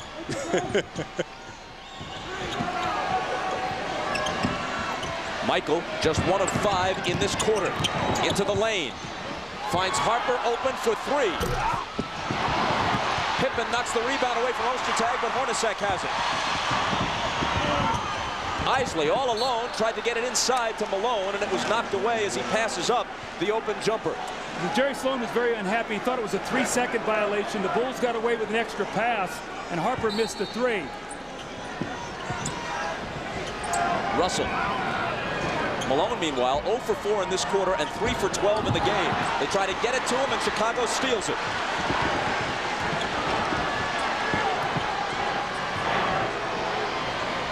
Bulls trail by 4. Pippen has trouble with the pass, recovers it, then stepped out of bounds. I think the Jazz have to be very careful here not to try to get Karl Malone so involved that they get out of what they're doing. Howard Eisley passed up an open jump shot on the break. That time, Isaiah, he tried to force one that just wasn't there, that was picked off. Eisley drives by Harper, shoots on the run, and banks it in. That's a great shot by Howard Eisley. It's a floater right before the defender gets there, so it keeps the defender off balance, and he really doesn't know when to jump. Pippen from Jordan tried to hang in the air to finish it. As it was, he drew the foul. Now you watch Eisley on the little floater. He shoots it right before the defender gets there, so the defender is off balance and doesn't know when to jump, how to block it. The hesitation, the little floater, that's the old Detroit move that Jalen Rose uses, Vashawn Leonard. They all played on the same high school team, and they all used that same move going to the basket. Foul on Ostertag was his first. Pippen hit the first. And now the second. Scottie has 14. So if they go back to that sideline screen roll, Dennis Rodman is the guy that's in rotation. He was slow getting there the last time. Russell to Malone. He takes it to the basket and scores around Longley. Trying to get himself untracked offensively here. That was great ball movement, and Karl Malone did the right thing. Drive it to the front of the rim and score.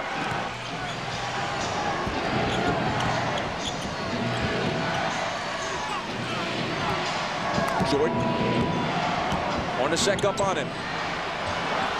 With the left hand, he leans into the lane and tosses it home. Now they have an illegal defense. That should be illegal offense. Because it's just not fair. That's not fair. Hornacek with the reverse. Rodman battling Malone for the rebound. And Jordan comes away with it. Again, this one spins out. And play is stopped as they chase after the loose ball. Karl Malone gets a nice feed by Bryon Russell out of the trap, drives it right past Luke Longley for the score. And then Michael Jordan, what about this pump fake? He drives it inside, spins, is going to show you up and under. Ostertag goes, uh-oh, and Michael lays it in with his left hand. How did he get from point A to point B like that? Well, you watch the long extension of the left hand finger roll. Harper, meanwhile, just picked up his second foul.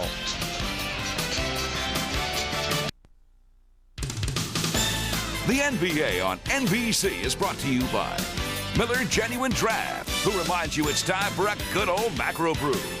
By Paramount Pictures, The Truman Show starts Friday, June 5th, rated PG. And by Chrysler, engineered to be great cars.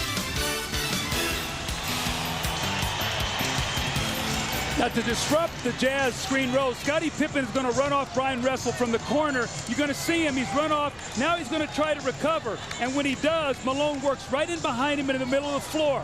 They find him. He uses his quickness, drives it to the basket. He was 3 for 12 at that point in time, shooting mostly jump shots. You see very little in the paint. That time he did the smart thing, drove it right to the basket, used his quickness, and got the layup. Well, Bill Walton said earlier, part of the reason why Utah lost the final a year ago was that Malone became a jump shooter too often. Set play out of a timeout, realizing Michael Jordan overplays, pressure release, good backdoor pass to Jeff Hornacek, who makes a tough shot. And that was his first basket. Jordan, double team, gets it to Harper. Longley. Ostertag collects the carom. Rodman all over him, but he gets it out to Eisley. Bounces to Hornacek. 2 in a row for Jeff. You know, I can tell Jeff Hornacek is really struggling with that Achilles because he can't get any lift. And when he goes in and make the layups, he's barely getting off the floor, but he's gutsy tonight. Utah by 8, matching their biggest lead. Pippen hits a 2-point bucket, just a step inside the line to cut it to 6.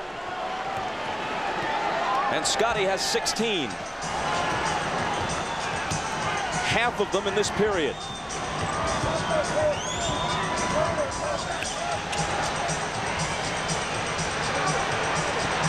Russell behind an Ostertag screen, into the lane, lost the dribble, and Longley claims the loose ball.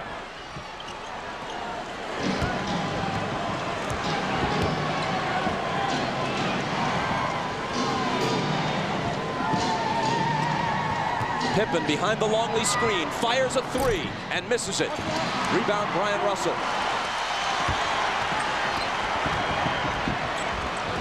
Eisley in the lane to Malone. Blocked by Longley. And out of bounds to Utah. Well, what a great effort that time by Luke Longley. Karl Malone ran right underneath the basket and had Rodman sealed. Looked like he had a point-blank layup. Look where he has the ball. Scottie Pippen forces him to pump fake, and Longley comes over and blocks his shot.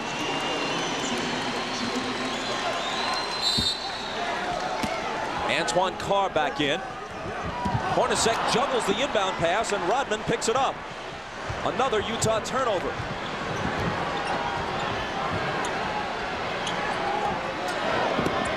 Longley against Ostertag. Pippen, head fake on Russell. Longley has it back, but a whistle before the shot and a 3-second violation. Jerry Sloan was pleading for it from the Utah bench and finally got it.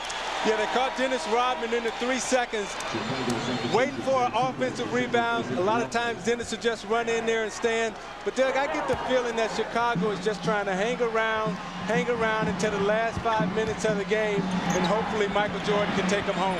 Well, they trail by 8 as Russell connects. Bob, set play to get a 2-for-1 possession.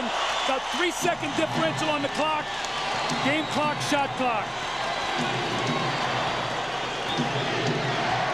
Chicago can pretty much hold it for the last one. Just a slight overlap. Pippen finds Kukoc alone for 3. Can't ask for a better look. Hornacek now has 3 seconds to half court where he flings it and almost connected.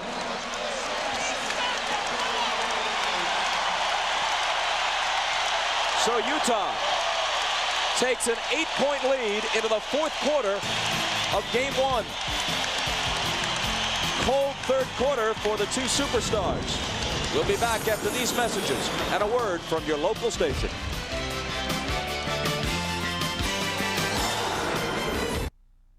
This copyrighted telecast of the National Basketball Association may not be retransmitted, reproduced, or rebroadcast without the express written consent of the NBA.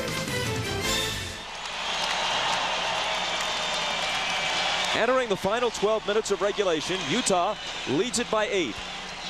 Only once in the 6 final games a year ago did the Jazz manage as many as 90 points against the Bulls. That was in Game 3, the first game here at the Delta Center, when they got back into the series with a 104-93 victory.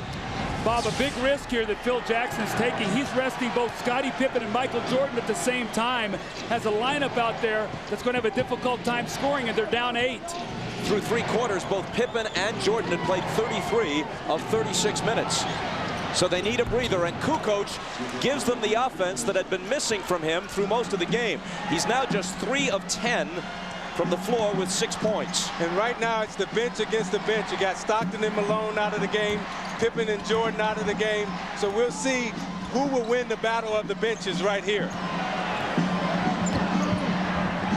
Russell behind the screen from Carr takes a leaner, and the bank is open for him. That's one of those when you're playing against him, you make him call that one. Otherwise, he can't get an H on you.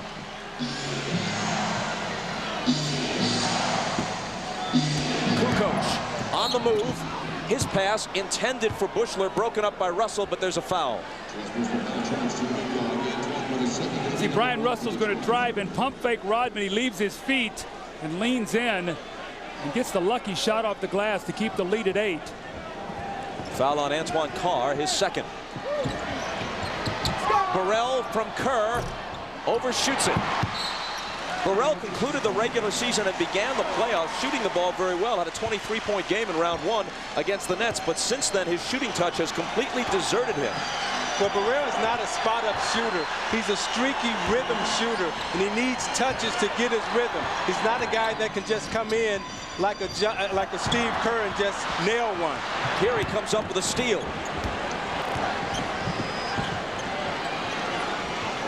Ostertag poked it away from Rodman, but to Steve Kerr.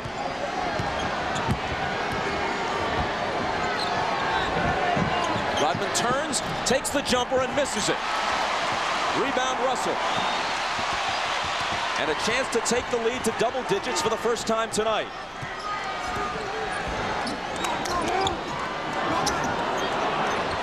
Carr, Rodman picks him up on a switch. His pass outside, picked off by Burrell, who's all alone. The steal in the hoop as he cut in front of Russell. And Utah wants a timeout.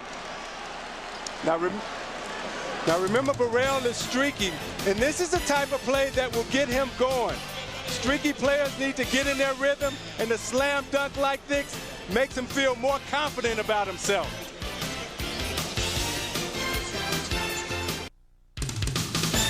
The NBA on NBC is brought to you by Budweiser. Now is the perfect time to enjoy a fresh, cold Beechwood aged Budweiser.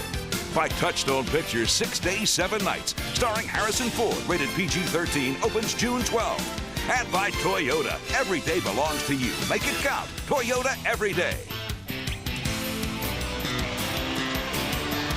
In recent years, the finals have followed a Wednesday, Friday, Sunday schedule. This year, no exception to that. Friday at 9 Eastern, 8 Central, 7 Pacific, 7 Mountain, I should say, and 6 Pacific for Game 2 from the Delta Center. Doug. Bob, Utah is missing a golden opportunity right here. With Pippen and Jordan resting, they've got to push the cushion into this game. They've had a chance to go up 10. It's now 6. They put Malone back in for that reason. They've got to score some points here so that Pippen and Jordan don't come back fresh and steal this game in the 4th quarter.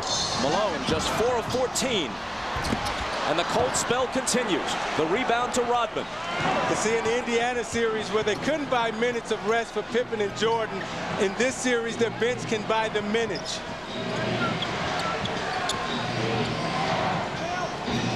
Here's Burrell, and now Kerr. Kukoc with 5 on the 24. Burrell fires a 3 and misses it. The rebound to Ostertag, who has given them a decent contribution here.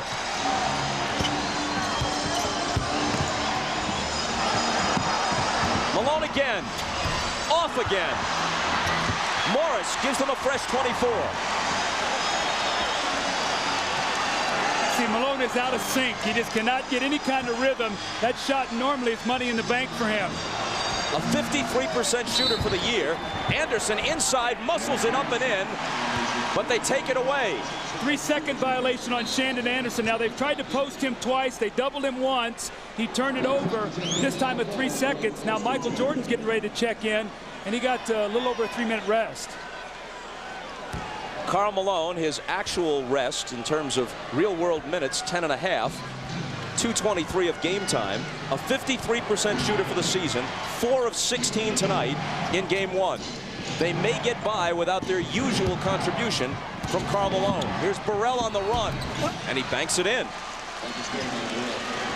Can you get a sense that Delta Center right now is just really uneasy? Although they're leading the basketball game, they've seen this before from Chicago. Malone, 4 of 17.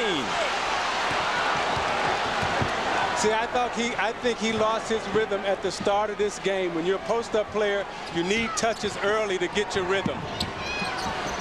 Burrell, he's not shy, but he misses it long. Eisley from Stockton. And a whistle as they try to lob it to Malone. 3-second violation once again.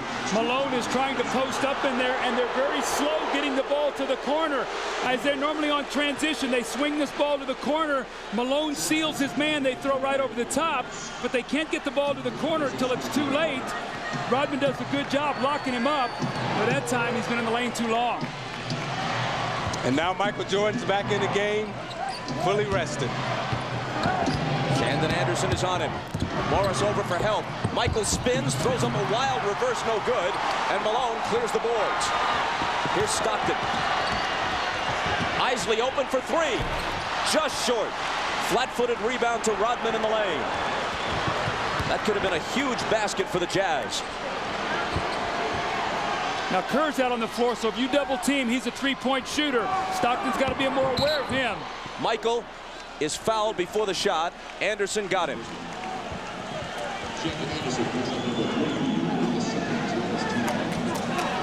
That's 3 on Shandon Anderson.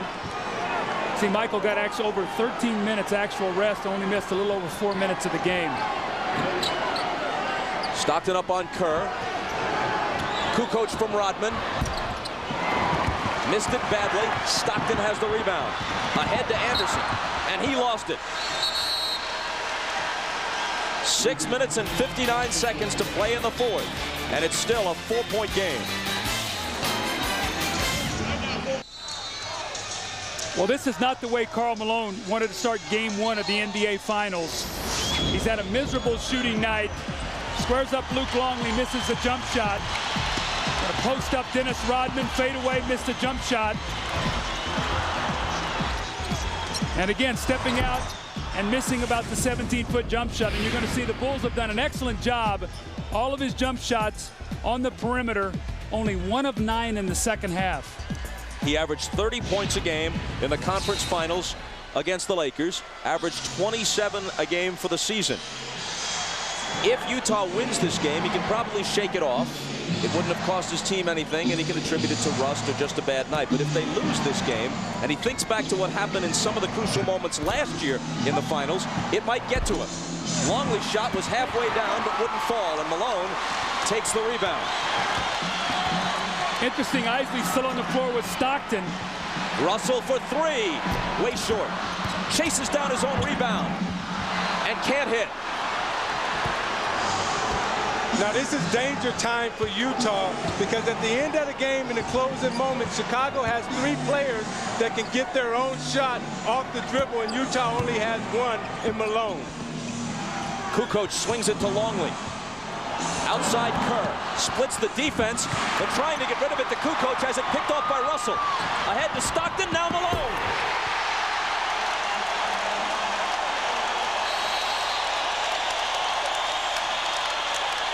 Malone wasn't about to miss that one. 22nd timeout, Chicago. Jerry Sloan has been pleading with his team all night long to play good team defense. A terrific sequence here. They chased Steve Kerr off his shot, forced him to put it on the floor, and we're able to come it up. You see Bryon Russell plays the passing lane, and then he throws the ball ahead to Stockton. And who does it better than Stockton and Malone? And Karl Malone desperately needed this basket. You're going to see the defense, Bryon Russell in the passing lane, again throwing ahead, and Stockton with the bounce pass. Karl Malone with the emphatic finish to put his team up 6. And a reminder, following the game, most of you should stay tuned for your late local news, followed by The Tonight Show. And for those of you who would like to continue with the NBA Finals, we'll have a post-game special on CNBC. Immediately following the game, our entire cast will recount the game with highlights and post-game interviews. Bob, you can see the last few possessions, the guy who's had the open shot has been Luke Longley. Ostertag is the guy helping off. Pippen to Michael. Russell is on him. Michael back to work. Blocked away by Ostertag, but he was fouled.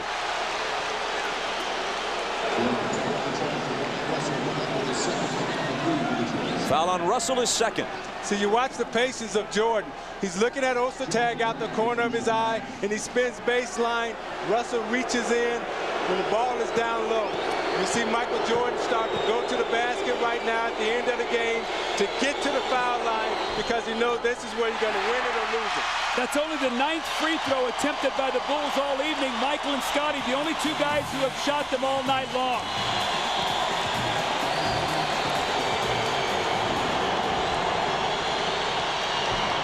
Michael makes 1 of 2, just 6 points so far in the second half, after a 20-point outburst in the first 24 minutes. And during that free throw, Pippen talked to Steve Kerr, and I read his lips, and he told him that, Steve, if you're open, knock it down.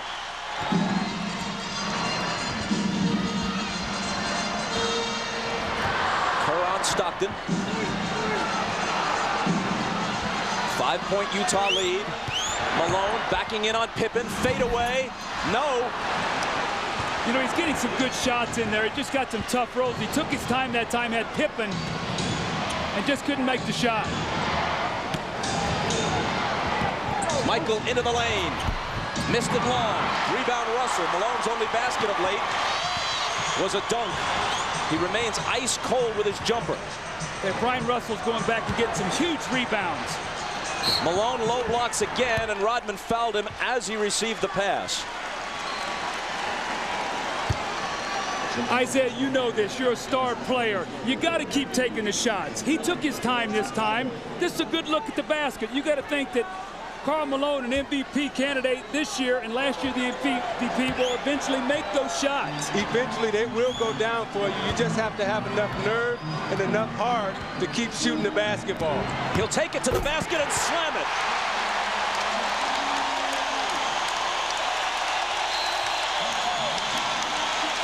Utah by 7.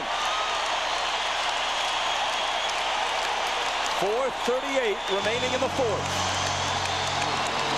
Bob, you said at the start of the game, you said, Doug, the simple play, screen and roll. Who does it better? Stockton and Malone. The last two baskets that Karl Malone has gotten have been slam dunks from John Stockton. He reads it, no weak side rotation. And Malone does what he's supposed to do, finish it. And you're watching the NBA on NBC. You read the defense. Here's Michael Jordan. He's worried he's got a three-point shooter right here. So they step up and they run screen roll. Malone steps back, and Michael's slow in his rotation. He's worried about Russell. Nobody on the weak side steps up, and Malone with the powerful finish. The eyes of the point guard, Isaiah. I know you love that. I do love that because he's getting his big fella involved. He understands that Karl Malone is struggling, and he's gave him 2 dunks. Down by 7, here come the Bulls. Quick pass to Longley inside from Kerr, and Longley is fouled. Conventional wisdom coming into this series was that if Chicago was to get a split, which is pretty much what they seek in the first 2 games in Utah, their most likely victory would come in game 1. Of course, in sports, conventional wisdom changes moment to moment. It's possible that Utah will win game 1 with their best player, Karl Malone, having a decidedly off night. He does have 11 rebounds with 15 points, but he shot just 6 of 20. Hey, Luke.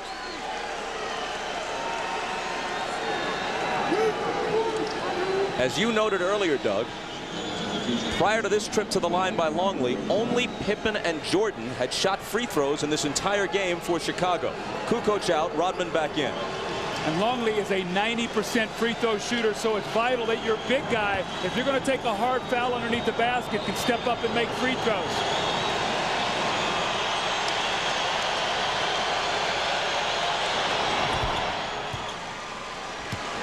Longley cuts it to 5. Remember, when they played the Jazz a year ago, they had Jason Keefe and, more importantly, Bryon Williams, who's now with the Pistons.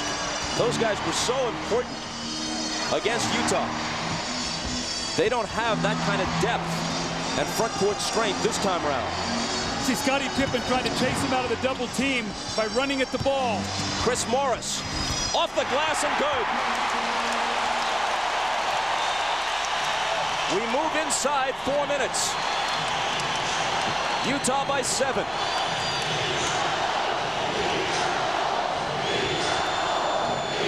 Michael, good look, and he puts it down. 28 for MJ. Now watch Scottie Pippen. When they try to get into their screen roll, he's running at John Stockton and trying to scramble the play.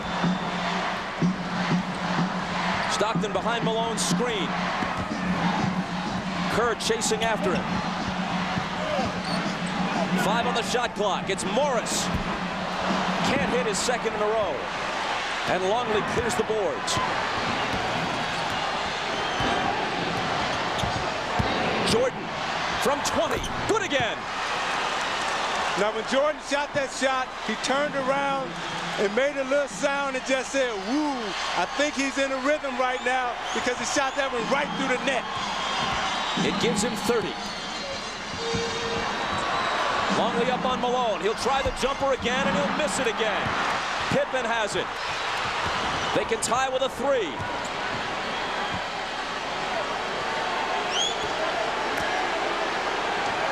Jordan just screamed at Pippen. He wants the basketball. Scottie to tie. Brand new game.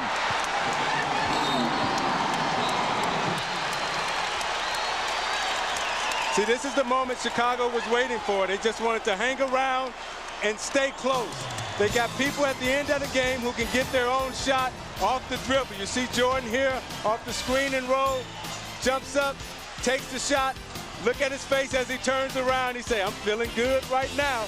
He's coming back down the court. Next time, said, okay, Scottie, your turn. Batman and Robin, let's step up. What you gonna do for me?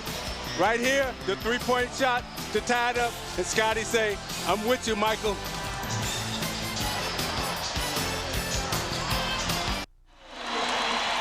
You watch Michael Jordan right here. He knows that he's in the zone and he wants to take his game to another level. Scottie Pippen missed him on the pass. He had just made a J and he's hollering at Pippen, get it to me, get it to me. Even though Pippen made the 3, he came back to the huddle And he's telling Scottie right now, look, Scottie, I feel it. Get it to me. Scottie saying, but Mike, I feel it too. Is that a competitor or what? His teammate ties the game with a 3, and he chews him out. Here's Stockton's pass. It goes awry. Michael pokes at it, but Stockton is there to reclaim it. Malone screening out high. Stockton returns it to him. Malone drives, lays it up, blocked by Rodman. Great play by Rodman at a crucial moment. Pippen, another 3. This one's long, and Malone has it. When Malone went to the basket, he finger rolled. He's got a tomahawk dunk that ball. No flips right now. Either get fouled or finish. And Jordan came down again and told Pippen, get it to me in the post. Stockton trying to get it to Malone in the post. He fires again and finally hits one. And John Stockton looked at him and said, look, you're our guy. Take us home. Jazz by 2.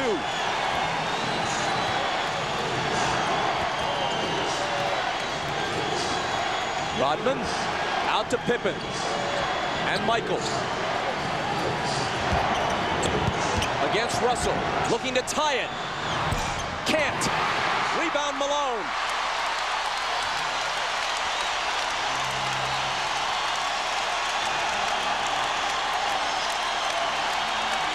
They come to their feet, every last soul at the Delta Center.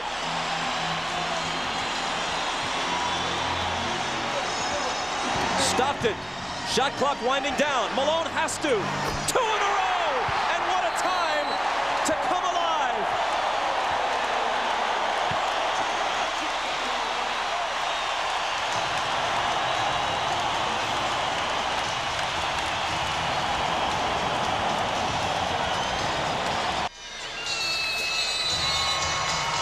Karl Malone catches the ball at the top of the circle, and it's a tie game.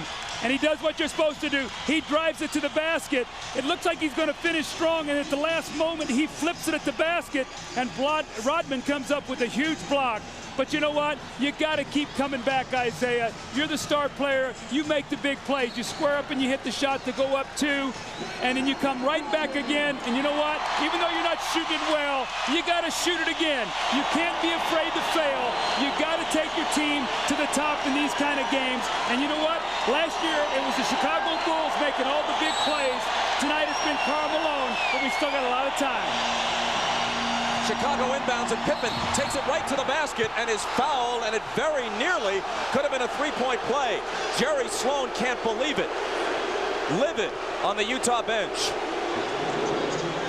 All right, now what you have to look for, when does Scottie take off, and does Malone move after he takes off?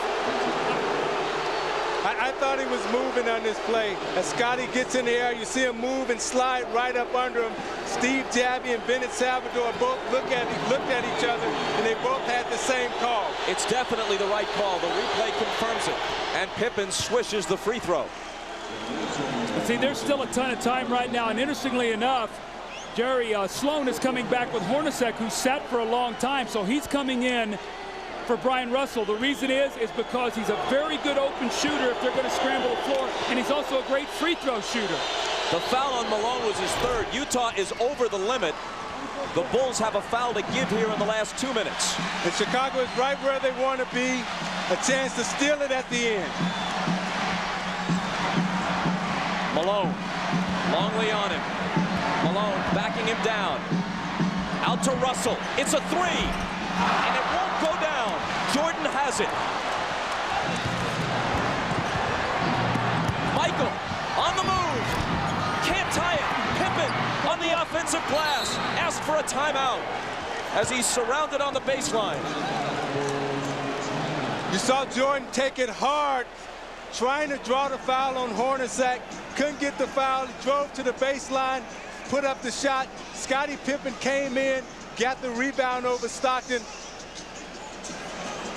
and had the savvy to call a timeout. You watch Jordan trying to draw the foul. Hornacek is smart enough not to foul him, goes up and takes the shot. You watch Pippen comes over. Stockton falling out of bounds, has the presence of mind to call timeout. And you know who they're going to right now. The shot clock and game clock are virtually identical. 23-6 remaining in the game, 23 on the shot clock. And following the game, if you want more basketball, you can join us on CNBC. Our entire cast, pregame and game commentators, will all be on hand with interviews and highlights and commentary. On the NBC network, most of you will get your late local news immediately following basketball, and then the Tonight Show with Jay Leno. Now fouls to give. Chicago has one. Utah is over the limit. So if they foul, Chicago will be shooting free throws. That's important, because now Chicago knows if we go to the basket, you know, we're going to shoot free throws. Importantly enough, too, you've got to be disciplined, Bob. A three here could beat you.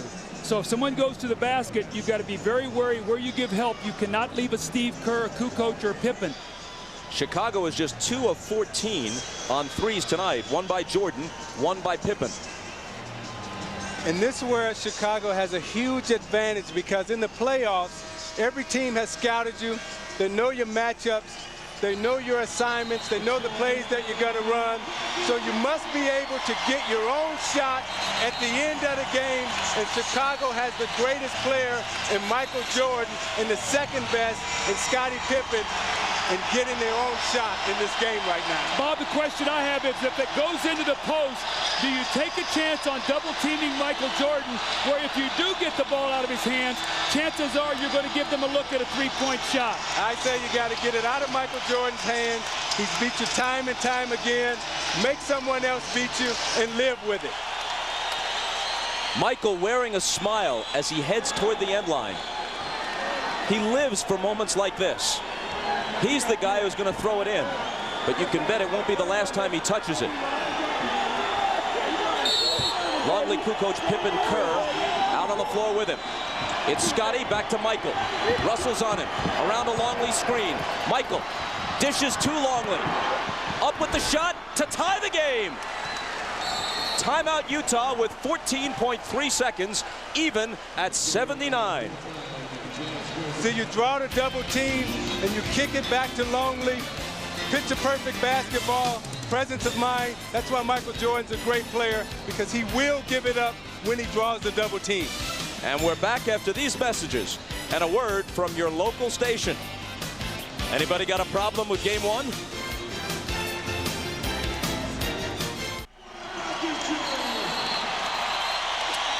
Michael Jordan makes a great pass to Luke Longley. Remember, he trusted him in Indiana and he hit a big shot. So Michael comes over, he gets the double coverage, he finds Luke Longley, who makes a tough shot. Leans up and under, kisses it off the glass, and as he goes back down the floor, he looks over at Michael and he goes, "Michael, nice pass." And Michael goes, "No, better finish." Saddled with fouls early, Longley comes on in the second half. 10 points, 5 rebounds. He shot 4 of 6. Now remember, Chicago has a foul to give. Into Stockton. And you see Michael guarding Stockton. Inside 10 seconds. And there's the foul. It won't cost Chicago. It's on Jordan. 6.9 seconds. Now let's see if Utah wants a timeout. Interestingly enough, they got Pippen on Malone and Jordan on Stockton. Those are the two best defenders with the most speed. And if there is a pick and roll, don't be surprised if they switch it. They add a few tenths of a second, bringing it back to 7.3.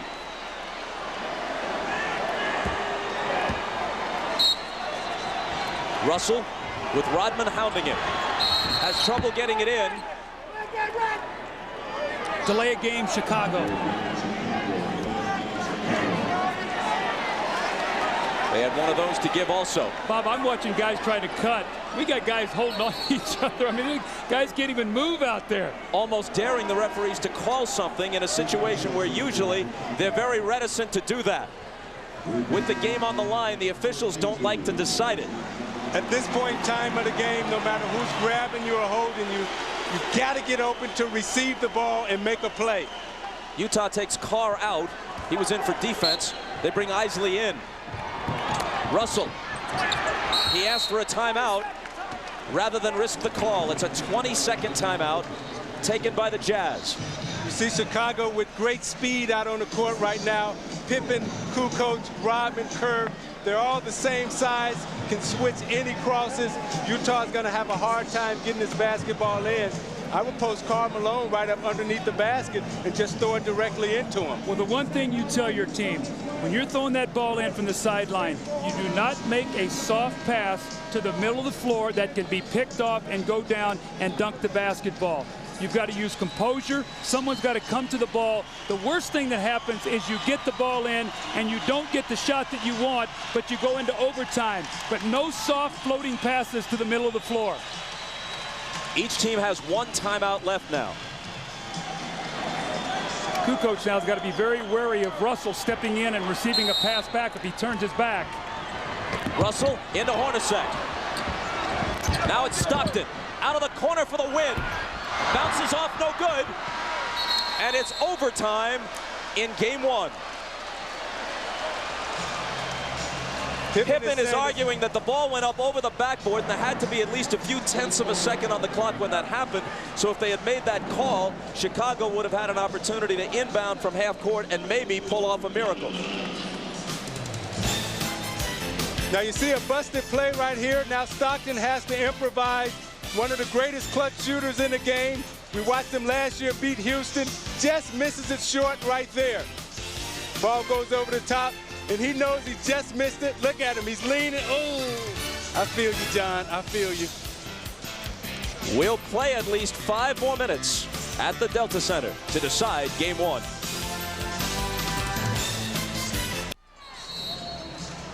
The Bulls do an excellent job here of chasing the Jazz out of what they want to do, and Hornacek's going to wrap around and he's going to catch the ball. And I really believe if he were healthy here, he would take his time. He's got a size advantage over Steve Kerr. He really gave the ball up quickly and forced John Stockton to take a tough shot. It almost went in, but you almost get a sense in this building that there was sort of the air went out when Stockton's shot did not go in. Let's go over to Jim Gray, who's near the Utah bench. But Doug, you may be exactly right, because that's what Jerry Sloan just told his guys during that after regulation right there. He said, hey guys, pick your heads up. This game is not over. We've got 5 minutes to play. Let's get some energy back. This isn't the end of the world. The game is still tied. See if we can regroup, get some energy, give it all you got. These 5 minutes is very important. Bob? For whatever this may be worth, the road team has won the last 6 overtimes in the finals. Last time a home team won an overtime game in the final round was the Celtics in Game 2 at Boston Garden against the Lakers in 1984. That was the Gerald Henderson steal game. Now in overtime, this is where conditioning becomes a big factor. Utah had the layoff, but were they able to stay in shape? Were they able to condition their bodies to go the length and to go the distance? Utah led by 7 with about 3.5 minutes to play, but the Bulls came back and forced overtime. Pippen. Rebound Russell. Here comes Hornacek.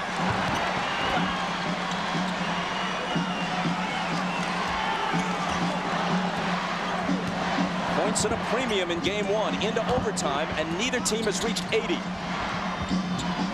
5 seconds to shoot. Hornacek. Gotta force it. And he misses it. Pippen back the other way. Accelerating as Russell tries to cut him off. Jordan wants the ball against Hornacek in the post. And now he's got it. Longley, big second half. It doesn't continue. Rodman got a piece of it, but Hornacek comes away with the loose ball. I'll tell you, 2 points might win this overtime right now, the way these teams are shooting and defending. Malone from Stockton all the way to the basket. Dennis Rodman a little slow in his rotation. Had he gotten there 1 step quicker, it would have been an offensive foul on Malone, but great execution. 21 for Malone, hooked away by Hornacek, taken by Stockton, who's chased by Jordan, but lays it in anyway, and he was fouled by Kerr.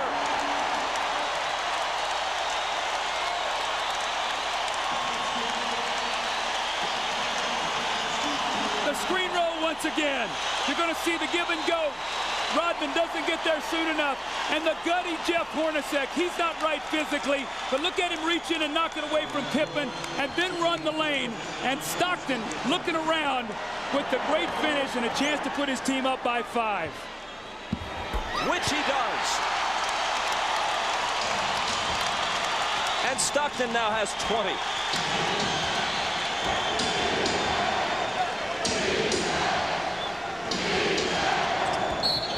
Michael is bumped by Russell. See, Bob, with Michael Jordan running that high screen roll with Ostertag, Stockton can't help because Steve Kerr is standing out there with his feet together. And if Stockton comes over, Michael will fan that ball out and Kerr will have a wide open three-pointer. Foul on Russell was his third. Each team with one foul in the overtime. Jordan to the basket and clobbered.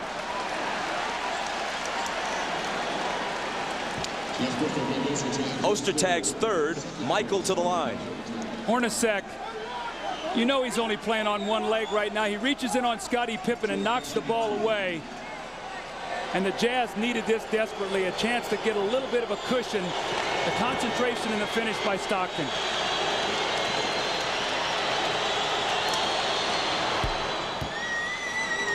One more coming.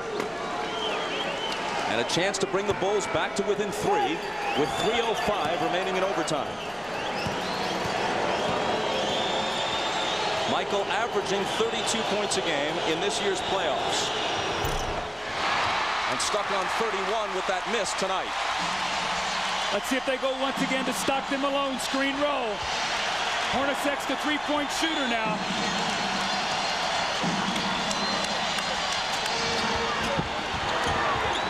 Stockton very patient. Now fires the jumper. Longley to the floor along with Russell. And Longley asked for a timeout. When Longley fell to the floor, Dennis Rodman signaled to Steve Jacque for a quick timeout. Made eye contact with Jacque. Jacque gave him the timeout. See, Isaiah, I don't like this call at this stage of the game. I think you have to have clear possession. A lot of times what happens is guys start wrestling around and really nobody has the advantage. Let's see if Longley really has the advantage down there. See, I think he has the ball, and Rodman signaled for the timeout. He held it for a quick second, and then Russell put his hand in. In that time, Rodman, if you can get he's signaling for the timeout. Rodman signaling for it right there, and you see Jacque right there raise his hand up. It was Rodman who asked for it. Sloan doesn't agree that it should have been granted. You know, Rodman is such a contradiction. He does so many goofy things, and then he does uncommonly heady things like that. Sloan arguing that Longley did not have possession to a sufficient extent to allow for that call. But Rodman asked for the timeout, and they granted it. I played with Dennis Rodman, and Dennis Rodman is one of the smartest players that I ever played with out on the court. His basketball IQ was just as high as a Jordan or a Pippen. Although it wasn't always completely engaged, right? That's the problem. You don't know when he's on or off the reservation. Not on the basketball court. Once he's on the floor, you're right.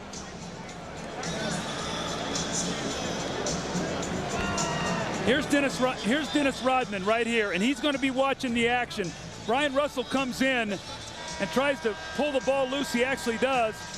And there's Rodman right there calling the timeout. Steve Jacque sees it, and he grants it.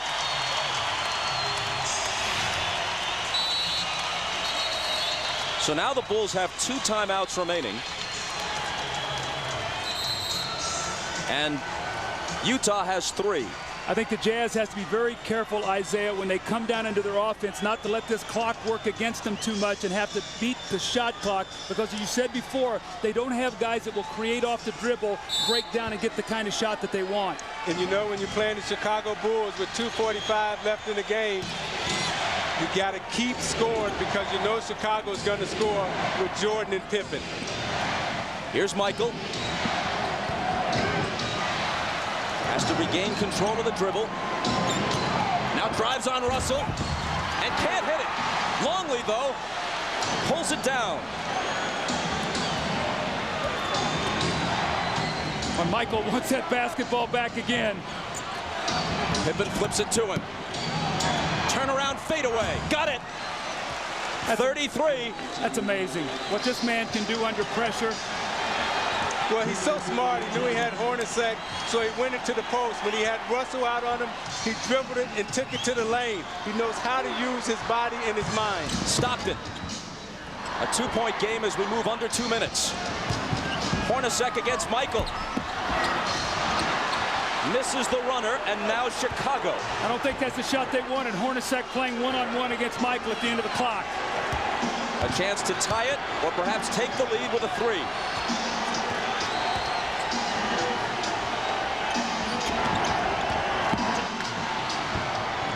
Five on the shot clock. It's going to be Michael. 2 seconds to shoot. He's not going to get it off. 24-second violation.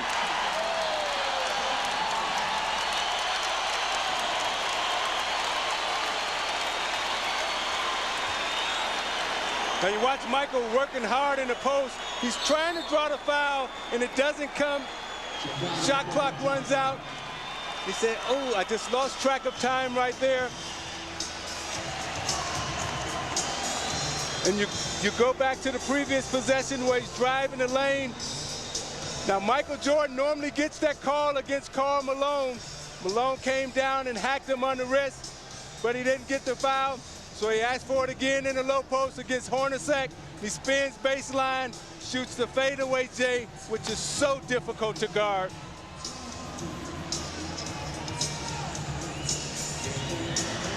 Tongue wagging to indicate that he's got it going on, but this last time, a rarity for him. He apparently lost track of just how much time was on the shot clock. He didn't have a good shot, but once it's down to a couple of seconds, you got to force it, which he would have done if he realized that there were that few ticks remaining. You know what I think happened on that play is Michael thought he had Bryon Russell all alone, and as he was working him, at the last moment, Ostertag came over and got in his way in a double team, so Michael was going to try to step through, and once he did, the clock went off. So Ostertag really forced that violation with the double team. Now watch Ostertag come over. Look, Michael thinks he's got a one-on-one here.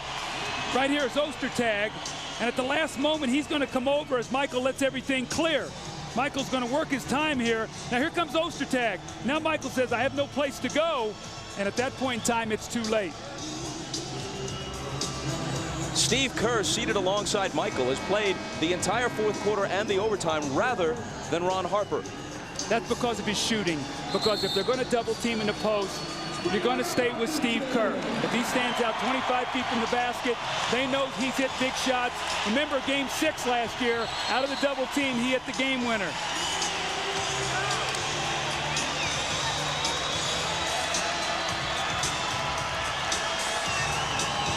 Michael Jordan, you can see operating in that lane, but also that mid-post area. He's been so deadly tonight.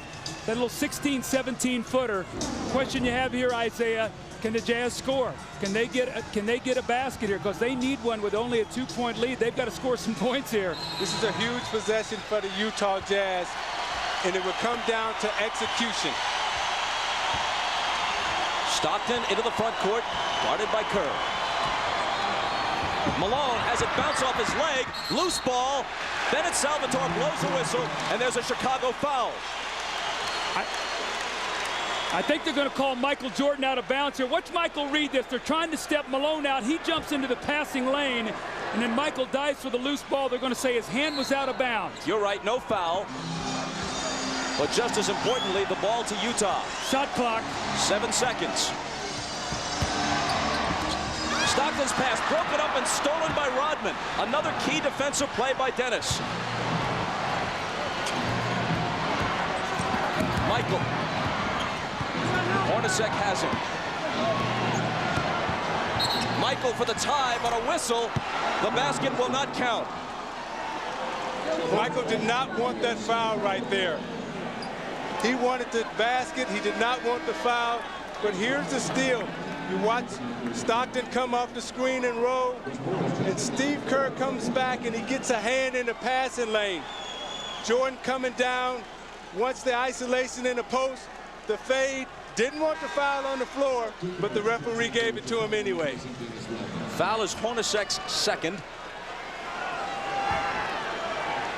Kukoc comes in, he'll inbound it, so they have the extra shooter in Kukoc. Longley, Ostertag up on him. Puts it on the floor, tries to go to the hoop, lost it. And Russell dives to the floor to pick it up, and he gets the timeout. Bob, I'm shocked. They went to a one-on-one play for Longley against Ostertag. And Luke, if he's going to have to dribble the ball twice, he's going to be in trouble. They knocked it loose. Chicago has had so many opportunities to win this game. You see Longley will get the ball in the post, and he's looking for somebody to pass it to. No one will come, so he'll put it on the floor to try to go around Ostertag to try to create something. Morris gets a hand on the ball, and at this point in time in the playoffs, you dive on the floor, you get the ball, you get possession, and you call a timeout. It looks like Bryon Russell gets a little bit of hand in here. Watch him as he goes by. Right there, he knocks the ball loose. Now it's important because there's a 4.4 differential on the shot clock. We see Bryon Russell call timeout, so he makes the play that the Bulls made earlier in this overtime period. I thought Karl Malone kicked that basketball, and that should have been a violation. Well, Bob, there's a 4.4 differential right now. So if you're Chicago, do you feel like that you have enough time that you can let them use the clock, get a shot up, rebound it, still have enough time to get a timeout and move the basketball? That's a major question for Phil Jackson. He's got to decide what he wants to do here. Chicago has a foul to give. If Utah should commit a foul of any sort, the Bulls will be shooting the rest of the way. Let's see if we can get a look at what you were talking about, so you can see if Malone does kick this ball.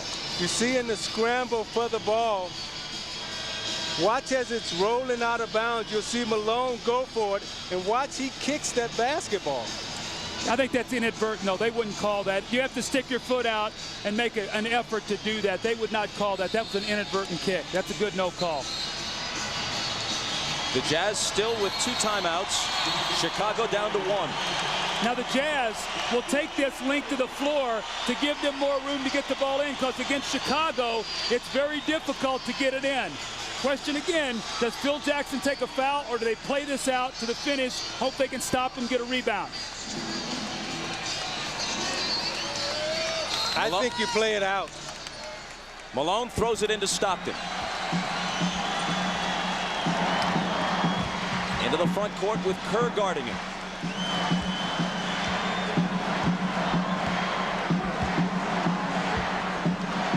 Chicago doesn't have to foul because of the overlap. It's Stockton on the run, and it's Utah by 4.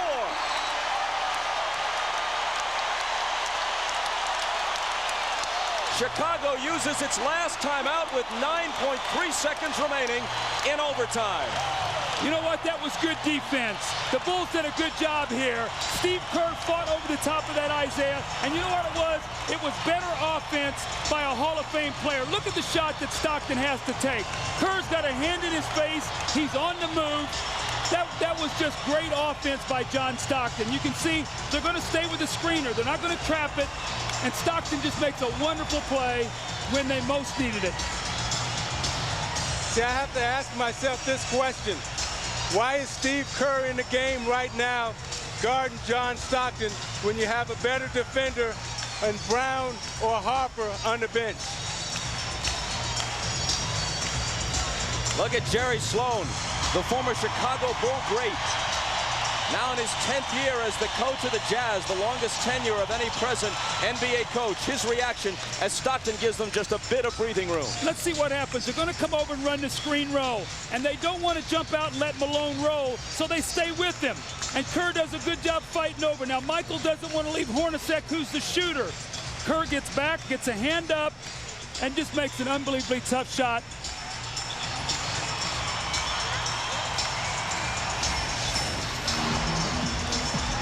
That's what we talk about, Stockton and Malone, 13 seasons, Bob.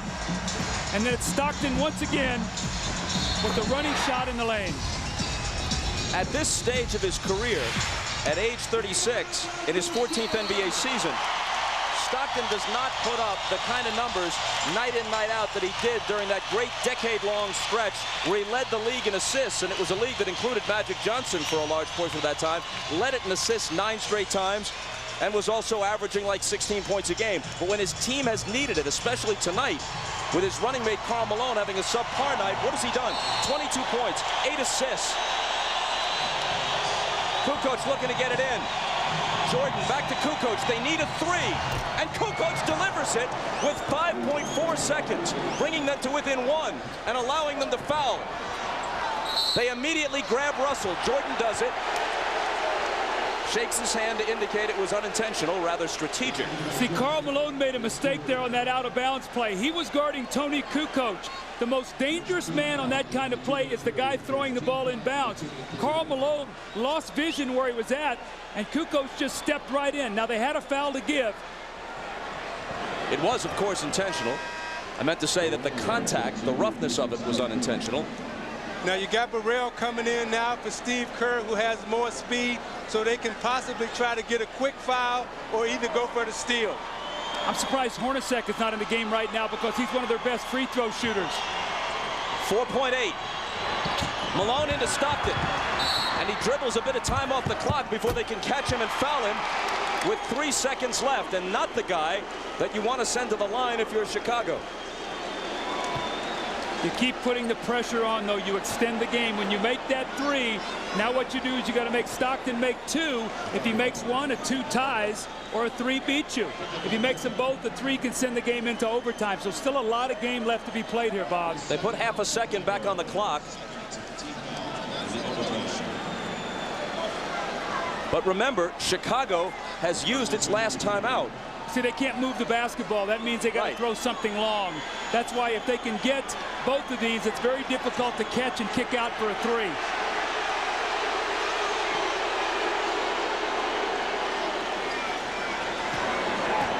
Stockton with 5 points in overtime.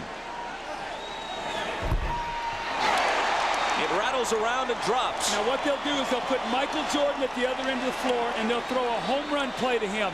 He'll come to the sideline, catch it, and in one motion try to catch and shoot the three. Bryon Russell's got to keep it out of his hands here. 3-point lead. Kukoc down to Michael with Russell on him. He tips it to Pippen. Can he beat the horn? He can, but he misses it. And game one goes to Utah in overtime. A game they had to sweat to win with their best player having a subpar night.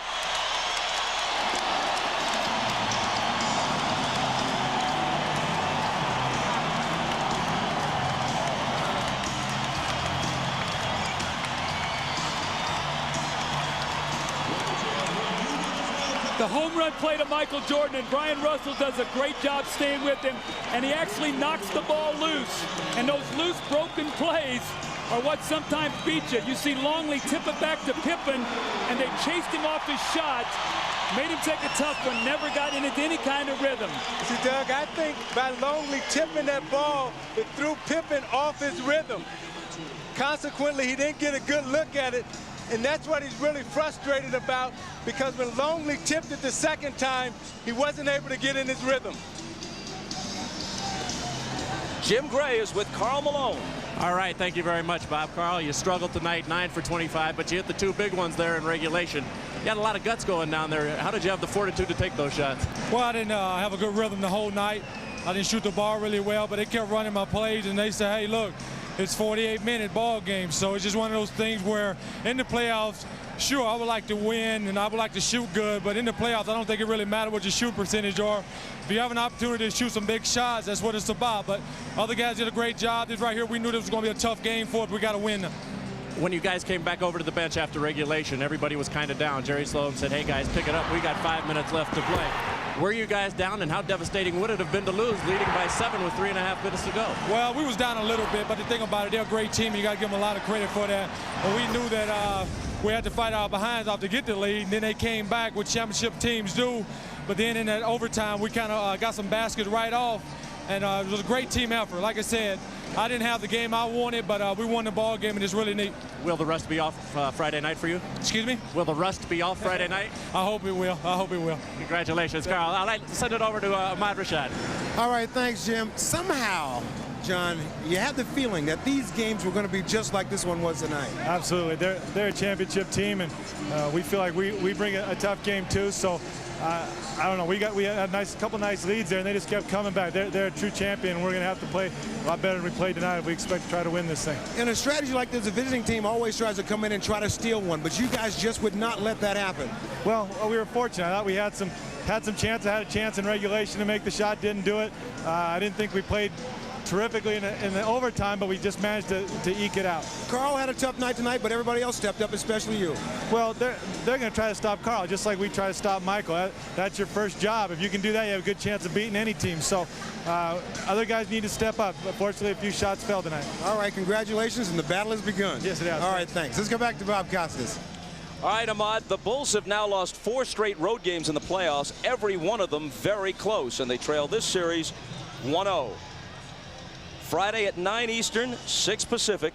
It's Game 2 of the NBA Finals from right here in the Delta Center in Salt Lake City. Coming up next, for most of you, your late local news, then an all-new Tonight Show with Jay Leno as Jay welcomes actress Sandra Bullock and Magic Johnson. And for those of you who'd like to continue with the NBA Finals, interviews and post-game activities will be available on CNBC immediately following these messages. For Isaiah Thomas, Doug Collins, Jim Gray, and Ahmad Rashad, I'm Bob Costas. Pretty good opening act for the 1998 NBA Finals, and this has been the NBA on NBC.